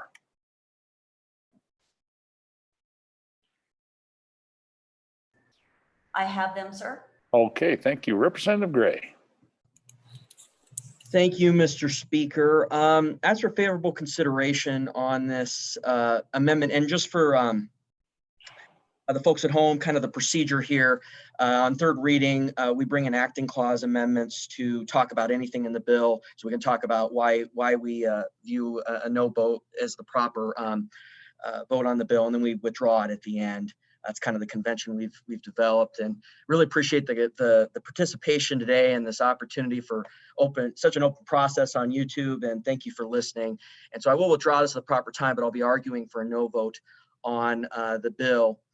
And of the 4 bills we're hearing, this was always sort of the one that I always had the most questions about. And so I wanted to talk a little more about it. Not as much discussion on this one in the morning. And so this special session was always, it was supposed to be about the federal funds. And this bill really question where that's interacting with this bill at all. And it's huge changes in this bill with the way state funds that we've already appropriated or are supposed to revert or could revert, and also on the school side, the way our cost model will accumulate. There's really unclear details on this bill and not enough concreteness. And I think it's throughout the bill for me, and it just doesn't cross the threshold for me. So I want to go through each one. First the carryover for schools on pages 2 and 3. And I understand that, the transportation costs apparently 15% off on average here during this period, the coronavirus period, that there's concern about the reimbursement next year, and that's going to be too low to fill the expenses. But I just say, for one, I think we need to be more concrete about what the number is, what the gap is going to be before we just, say we're going to allow for 25% reserves. After all, this is supposed to be a cost-based model. And I'm all for building reserves, but the problem, and we've talked about this a lot in the context of school spending, is when you have a cost-based model that isn't meeting what the costs are supposed to be, and therefore they're developing reserves that then are being used for discretionary expenditure, that becomes very problematic. And that's why that cap is in state statute in the first place. And to just kind of arbitrarily say, okay, we're going to raise this to 25%. I just need to see more numbers to hit the threshold for me to where I'm comfortable with this. And I go back to, oftentimes all on the floor bring a reduction of a certain percentage, and someone on the other side will say, well, how'd you come up with that number, Chuck? And I say, well, you got to have some number. Okay. But here we have sort of that same contingent throwing out 25% without enough of an objective criterion for me to be comfortable with. And I understand, I go back to my argument on it. You got to have some number, but I just think we have time in future special sessions to come to this, if come to a conclusion on what the proper number is for the reimbursement on transportation costs next year. And I don't think now's the time to do it.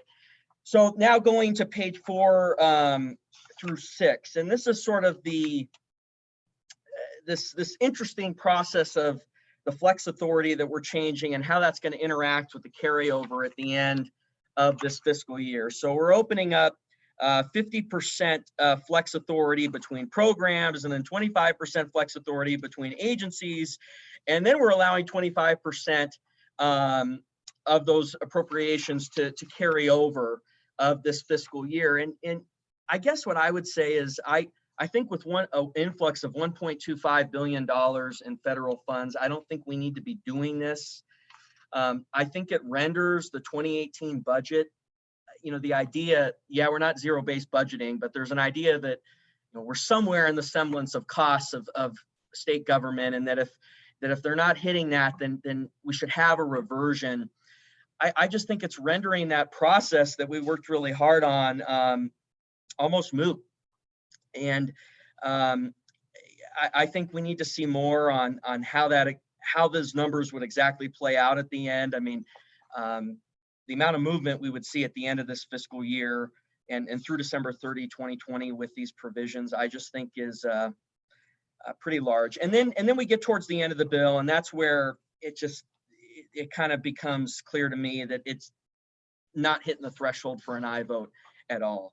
And we get this capital construction carryover of 100% when we decided not to have a capital construction bill in the last session. Now, we want to revise that. That's fine. Let's have a bill for that. But to carry this over 100%, and then on top of that, to allow the contingency to carry over, which allows for the sort of unrelated issue of this land study that the bill failed on last time, and we really never have had a full transparent discussion on a bill that has actually proceeded to the end and signed into law. I'm not comfortable with it. And I guess from 30,000 feet up, and as we bring this to a landing position here, I mean, I just don't see how this is needed at this time. And yeah, I will open that up and get a second chance at the end. Thank you very much.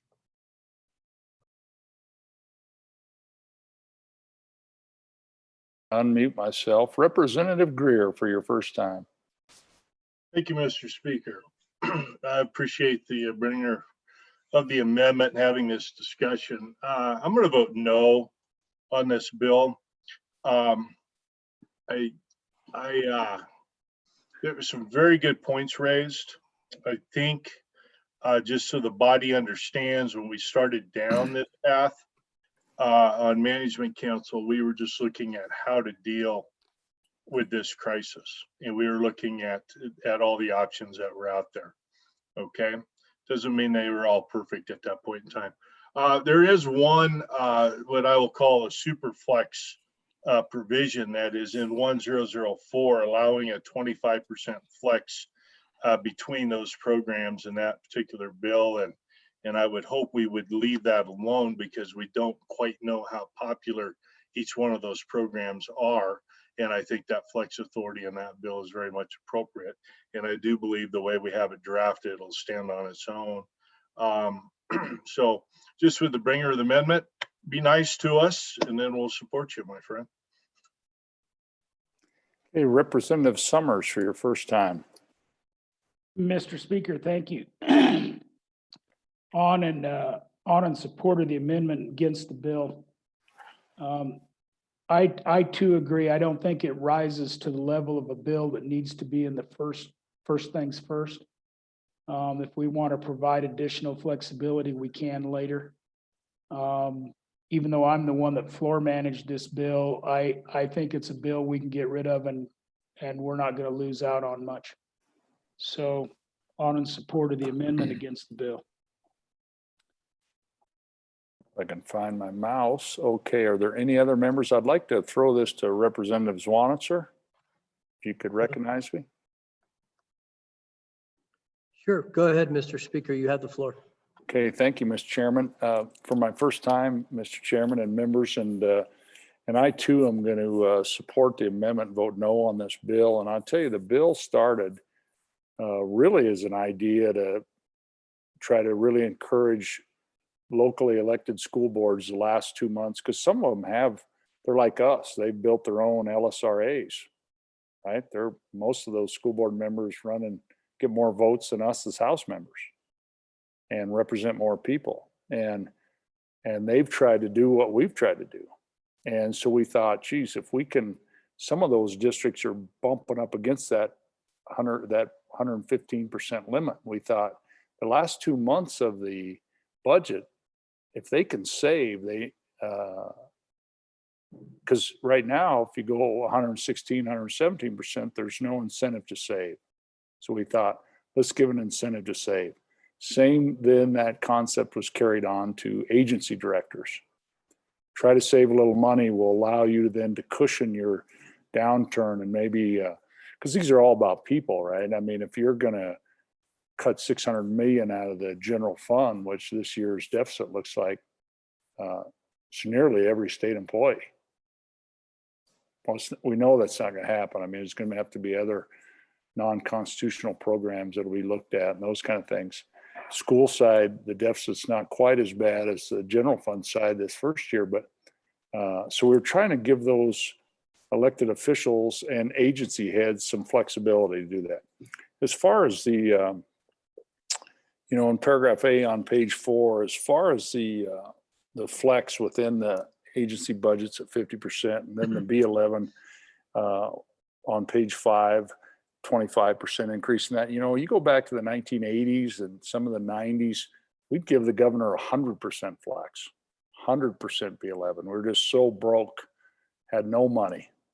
And you might recall, those of you who were in the legislature 5-6 years ago, we gave super flex in the Department of Health. And so we've done that before. So I think part of that, when you go through that, I mean, it's not like we were treading new territory. We're trying to get more tools in the toolbox. But I think this bill has started to get off the rails a little bit. And I look at some of the amendments, and I won't refer to the other body that have been adopted though in the mere bill process. Some of the talk has just been wrong. And that wasn't the intent. The intent's to reward school boards or encourage our locally elected school boards to do a great job, encourage our agency heads, and to give the executive branch. And somehow this has spun off the rails a little bit, and it's gotten a little goofy. And I don't think it's worth all that talk, because I think the talk is discouraging to our people.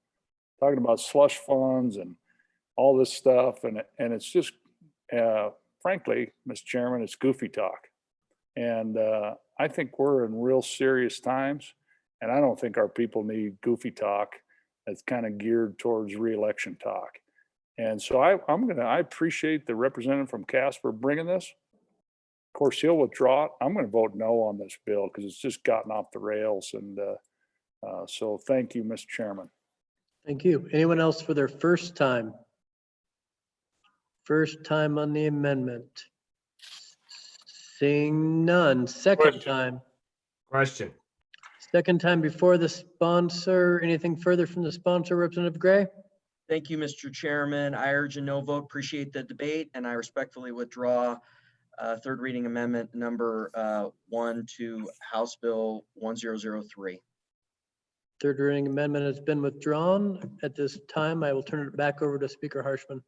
Okay, thank you, Mr. Chairman. Appreciate your help there. And okay, members, third reading amendment number 1 has been withdrawn. The question is, having been read 3 separate times, shall this bill 1003 pass the House? Chief Clerk, please call the roll. Barlow. No. No. Blackburn. No. No. Blake. No. No. Brown. No. No. Burkhart. No. No. Burlingame. No. No. Clausen. Aye. Aye. Clem. No. No. Clifford. No. No. Connolly. No. No. Crank. No. No. Dayton Selman. No. No. Duncan. No. No. Edwards. No. No. Eklund. No. No. Air. Aye. Aye. Flitner. Aye. I, Freeman. Aye. I, Furphy. No. No, Gray. No. No, Greer. No. No, Haley. No. No, Hallinan.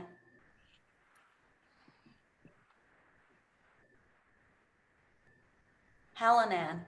No. No, Henderson. No. No, Hunt. No. No, Jennings. No. No, Kinner. No. No, Kirkbride. No. No, Larson Lloyd. No. No, Larson Dan. No. No, Lindholm. No. No, Laux. No. No, McGuire. No. No, Miller. No. No, Newsom. No. No, Nicholas. Aye. I, Northrup. No. No, Obermuller. No. No, Olson. Nope. No, Paxton. No. No, Pelkey. No. No, Piperinen. No. No, Parnell. Parnell. Roscoe. No. No, Salazar. No. No, Schwartz. No. No, Simpson. Aye. I, Summers. No. No, Stith. No. No, Stivar.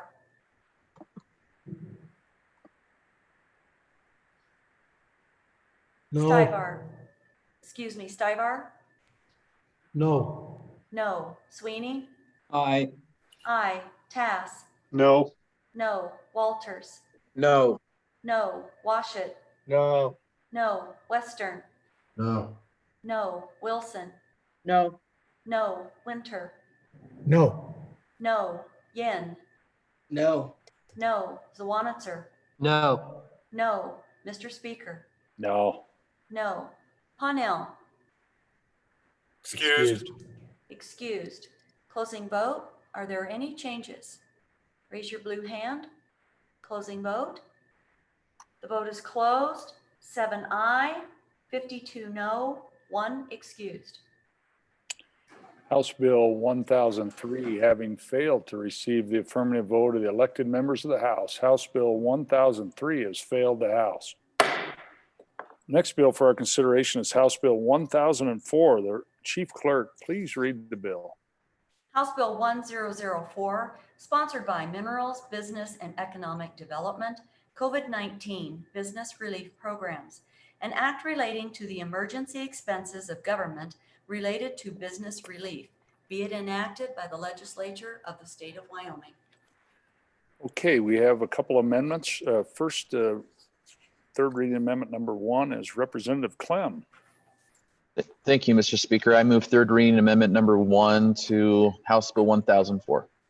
Okay, thank you. Seconds.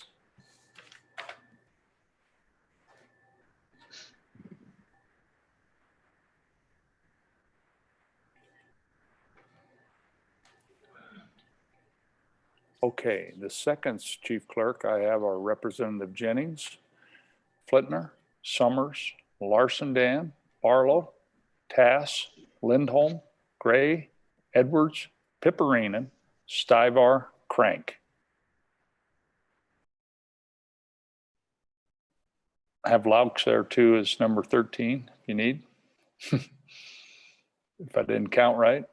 I'm good. Thank you, sir. Okay, thank you. Okay, Representative Clem for your first time. Yeah, thank you, Mr. Speaker. And members, Mr. Speaker, if you'll recall this morning during Committee of the Whole when we began the explanation of this bill, there was some talk in particular about, you know, how all 4 of these bills work together. In bill number 1, we know that we have $1.25 billion from the Federal CARES Act, and that comes in installments. And really what we're talking about is the appropriation of $450 million of that amount of money, of which the amount of funds going to the private sector are $285 million. And so the point was raised, well, what happens if we don't come back for session? Let's say there's a second wave of this coronavirus or something, and we don't get to come back. Then what happens to the appropriation of the rest of the 800 million? And we put in some structures and some framework in some of these other bills, particularly Bill number 1, that gives some direction on how these funds should be spent. But really, if we do nothing, then the only footprint, I guess, that this body has put down is this 285 million that's encompassed in some of these private sector incentives here. And so, or not incentives, but things to help the private sector. So with that, what this does is you'll see subsection A and subsection B. And essentially what it does is this mirrors what we have in our first bill. And we say in our first bill that absent enactment of further legislation on July 15th, 2020, an additional $400 million plus any remaining funds from the same amount are authorized. And so what this does is it says, well, of that 400 million that is released to the state on July 15th, we're going to dedicate 250 million of that, about the same proportion of what we have currently for this first tranche of money, if we can call it that. And we're going to just extend this program. We're going to dedicate that 250 million, keeping the same ratios. It's about 60%. And then for that final amount, we specify, it says absent enactment of further legislation on September 15th, any remaining funds shall be available for expenditure or obligation. And so we say of those remaining funds that 60% of that, which is the same ratio that we've been using for what's in the current bill, what would be released on July 15th, and then 60% on September 15th would go to support these programs. My concern, and I'm sure that many other people share this as well, because we've seen this even through federal legislation, is I highly doubt that 285 million is going to be enough. I think this is going to be a popular program. I think we're going to run out of money before we know it. And I do think that of this 1.25 billion, that about 60% of that money, I think it's a good amount to go to businesses. And this is just simply saying that as the legislative branch, the appropriators, we are appropriating this money. And then that's the intent of it. And I'll leave the rest to the body. Are the numbers right? I don't know. I was just taking the 60% that we started with in this current bill and carrying that through the rest of the CARES Act. And of course, if we come back, if this passes in this amendment and then the bill, and we come back in June, and if we need to amend this, we can certainly do that. But I do think that we need to, as the appropriators, say what we're going to appropriate. And so with that, I would stand for any questions. Thank you, Mr. Speaker. Okay, thank you. Any members for your first time? Looking for a blue hand. I see Representative Greer. Yeah, thank you, Mr. Speaker. Yeah, I don't know if this is the right amount, and I was one of those people that said maybe we ought to look at a percentage. As I've listened to the discussions through the day, many of you have ideas. Many of you have needs within your communities, and so we have to be cautious with this particular amount, that there are still funds available to address some of the issues that many of you raised. I, for one, like to see a lot of this go to our businesses, but I also know that it is necessary to find the right balance. So I would say the bill as drafted without this amendment provides that flexibility and that authority, although vested with the executive, to continue to fund these programs as we find out how much need is there. I am comfortable with that. I am also comfortable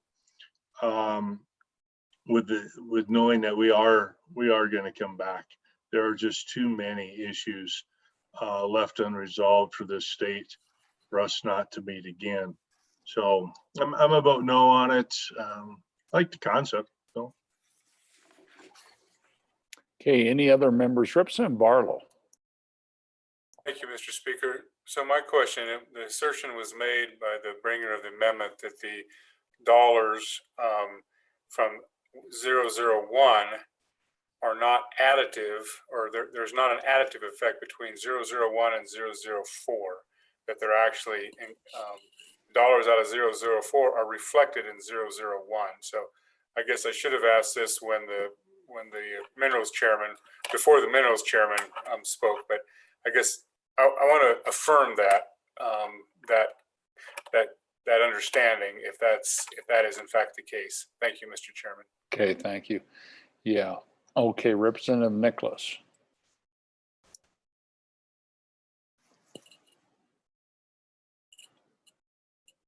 Thank you, Mr. Speaker. On and against the amendment.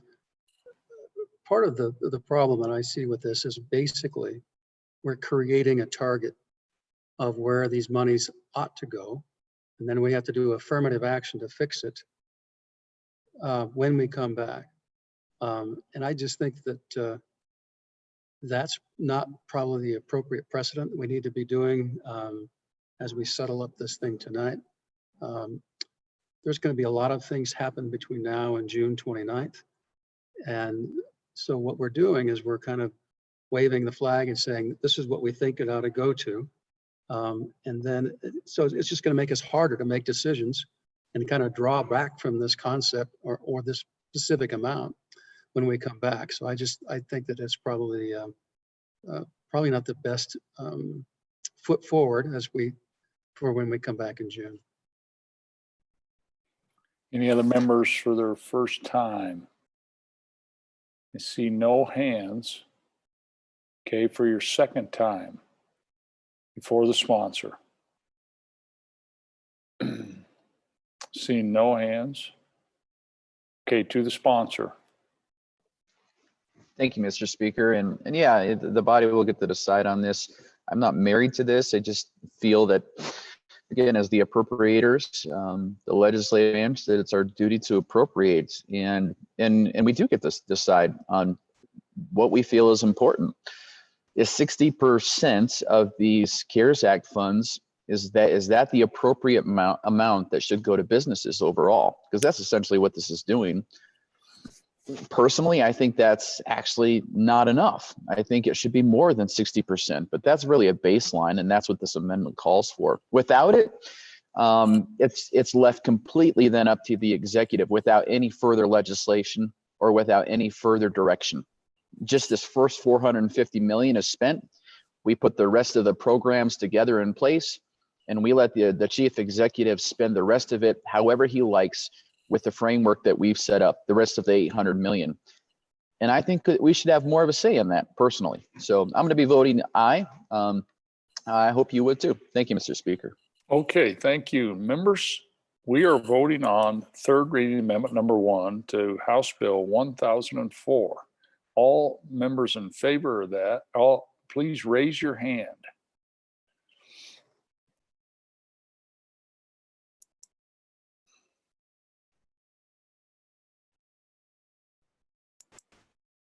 Okay, all those opposed, please raise your hand.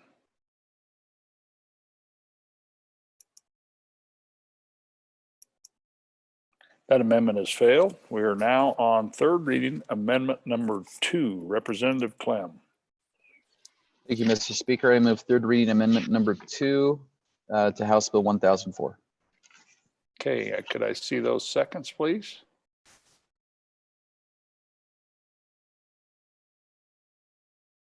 Okay, I think we're there. Representative Flitner, Jennings, Olson, Stivar, Edwards, Pipperinen, Summers, Lindholm, Crank, Barlow, Tass, and Larson. I have them, sir. Okay, thank you very much. Representative Clem. Thank you, Mr. Speaker. And members, this goes to the second reading amendment in which changed this from a loan program to a stipend program. for the major part of the funding here in this bill. Really what I'm trying to do is just walk back some of the red tape. And what you'll see there's two main things that this amendment does. The first thing is it walks back 3 years to 2 years. In the original amendment, it said that we had a company had to have a state nexus here for at least 3 years after. And I'm walking that back to 2. And then the other thing is for any unauthorized expenses that are captured with these monies, that it would be really a loan at that point at a rate of 2%.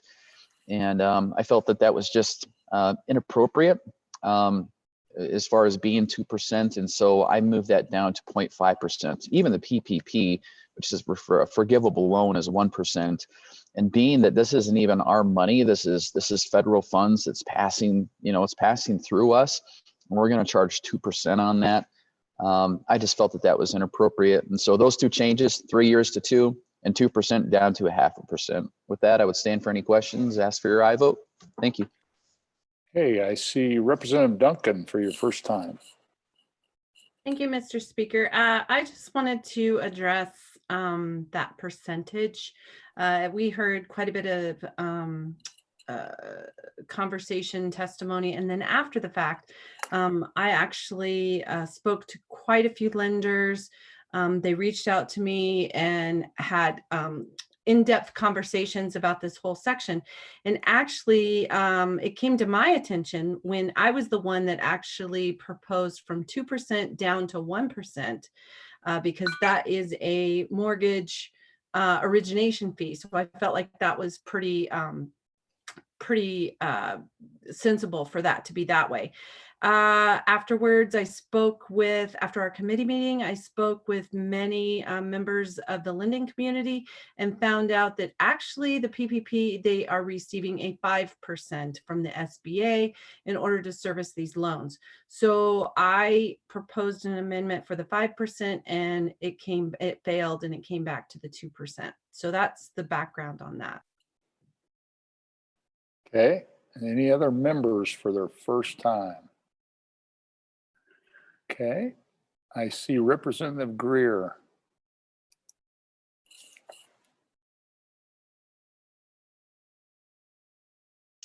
Yeah, thank you, Mr. Speaker. And, on some of these things, numbers are numbers, and the goal is to make sure that these funds are spent for the purpose that we intended. That's to keep the businesses going.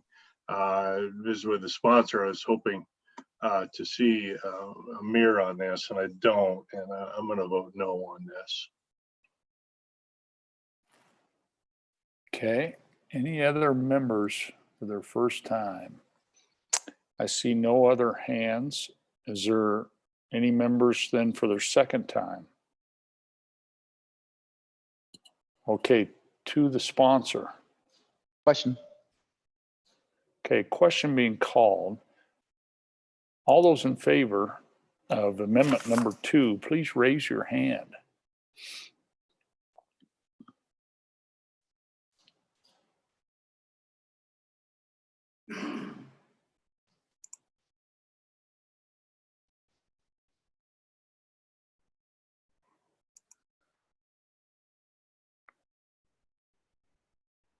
All those opposed, please raise your hand.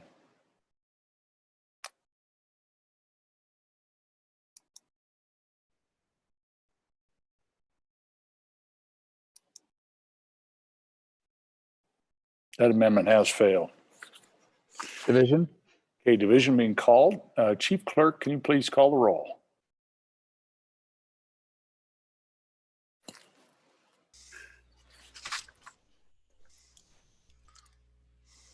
Just one moment while I finish Sure.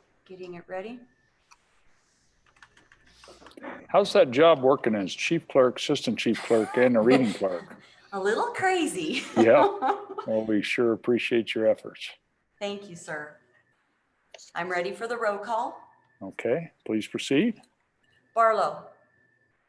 Aye. Aye. Blackburn. Aye. Aye. Blake. No. No, Brown. No. No, Burkhart. No. No, Burlingame. No. No, Clausen. No. No, Clem. Aye. I, Clifford. No. No, Connolly. No. Connolly, no. Connolly, no. Crank. No. No, Dayton Selman. No. No, Duncan. Aye. I, Edwards. Aye. I. Someone needs to mute. Yeah, we need to mute. Eklund. Thank you. No. No, Air. No. No, Flitner. Aye. I, Freeman. No. No, Furphy. No. No, Gray. No. No, Greer. No. No, Haley. No. No, Hallinan.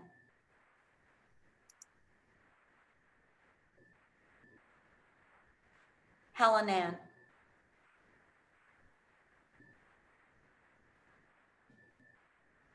Hallinan.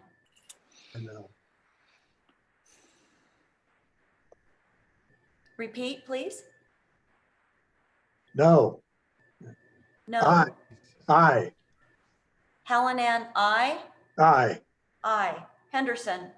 No. No. Hunt. Aye. I. Jennings. Aye. I. Kinner. No. No. Kirkbride. Aye. I. Larson Lloyd. No. No. Larson Dan. Aye. I. Lindholm. Aye. I. Laux. No. No. McGuire. No. No. Miller. Aye. I. Newsom. Aye. I. Nicholas. Aye. I. Northrup. Aye. I. Obermuller. No. No. Olson. No. No. Paxton. No. No. Pelkey. Nope. No. Piperinen. Aye. I. Parnell, excused. Roscoe. No. No. Salazar. Aye. I. Schwartz. No. No. Simpson. Aye. I. Summers. Aye. I. Stiff. Aye. I. Stivar. Aye. I. Sweeney. No. No. Tass. Aye. I. Walters. No. No. Washit. No. No. Western. Aye. I. Wilson.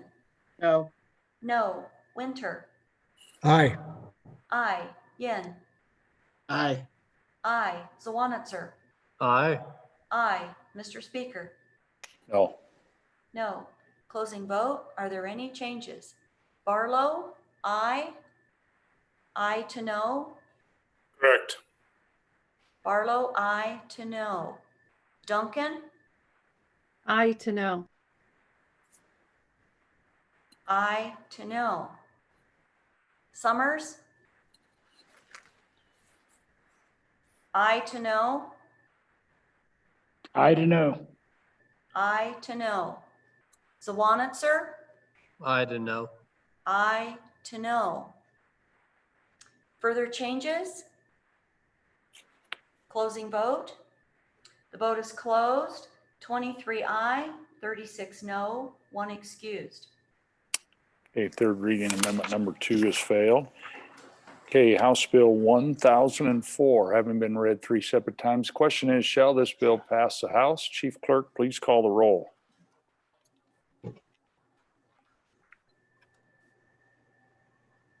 Barlow. Repeat, please. Aye. Aye. Blackburn. Aye. Aye. Blake. Aye. Aye. Brown. Aye. Aye. Burkhart. Aye. Aye. Burlingame. Aye. Aye. Clausen. Aye. Aye. Clem. Aye. Aye. Clifford. Aye. Aye. Connolly. Aye. Aye. Crank. Aye. Aye. Dayton Selman. Aye. Aye. Duncan. Aye. I, Edwards. Aye. I, Eklund. Aye. I, Air. Aye. I, Flitner. Aye. I, Freeman. Aye. I, Furphy. Aye. I, Gray. Aye. I, Greer. Aye. I, Haley. Aye. I, Hallinan. Aye. I, Henderson. Aye. I, Hunt. Aye. I, Jennings. Aye. I, Kinner. Aye. I, Kirkbride. Aye. I, Larson Lloyd. Aye. I, Larson Dan. Aye. I, Lindholm. Aye. I, Laux. Aye. I, McGuire. Aye. I, Miller. Aye. I, Newsom. Aye. I, Nicholas. Aye. I, Northrup. Aye. I, Obermuller. Aye.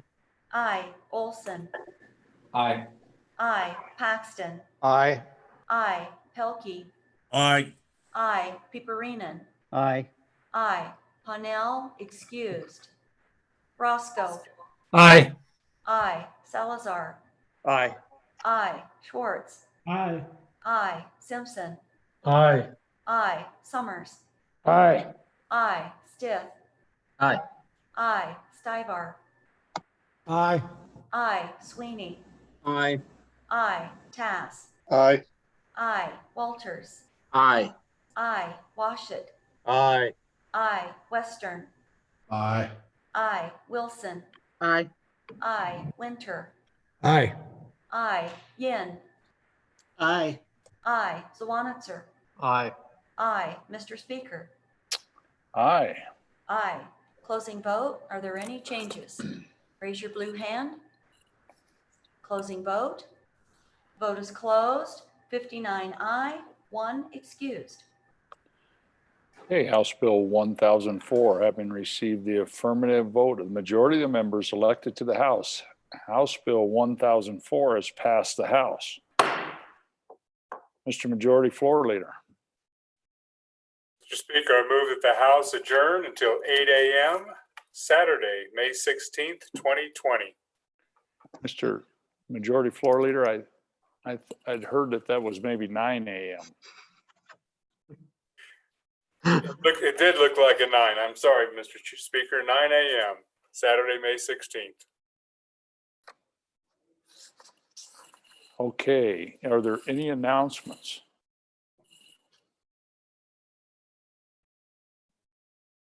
Any announcements? Okay, I don't see any blue hands going up for announcements.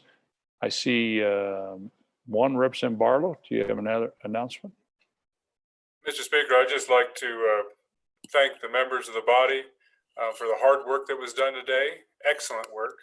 I particularly like to shout out to our LSO staff, both our legal staff and our tech support staff, and all those folks, and our chief clerk for doing the heavy lifting all day on our behalf. While we were on breaks and things, they were still making things happen on our behalf. So a round of applause for the folks behind the scenes, not on the camera, doing our work. Thank you, Mr. Speaker.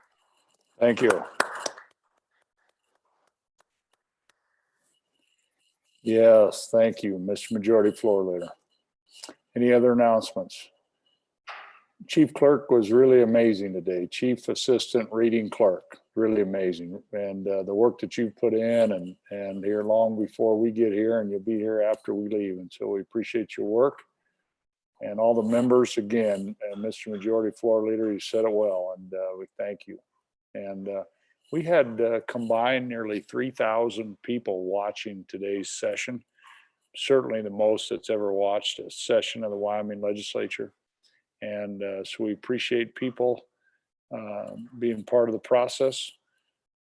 I received well over 100 emails today while I'm sitting here in the Capitol, and just like the rest of you. And so we appreciate, that's the beauty of Wyoming, that we all know each other. And so we'll continue to keep working the process. A lot of great debate today. And again, the hardest working House in America. And we're going to keep working for our people. And step by step, we're going to, get back up. We're certainly wounded. It's going to take time, and we're going to keep working together, and this process will, push the best ideas out eventually as we all work it and amend it and work on it and bring our different ideas. So again, really appreciative of you, and appreciate people giving us a little grace on this process. I think, in my conversations with several of you, I think we're all, I don't know, maybe pleasantly surprised, or I was really nervous of what possibly could happen, and just really appreciate all of you making it work and continuing to learn new skills. So we'll be even better tomorrow. So again, thanks to all the staff, thanks to everyone. And now you've heard the motion. All those in favor of the motion to adjourn until tomorrow, the second day of the session, that'll be May 16th, Saturday at 9 a.m.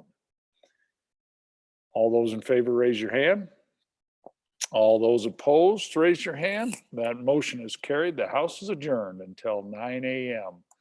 tomorrow, May 16th. Thank you and good night.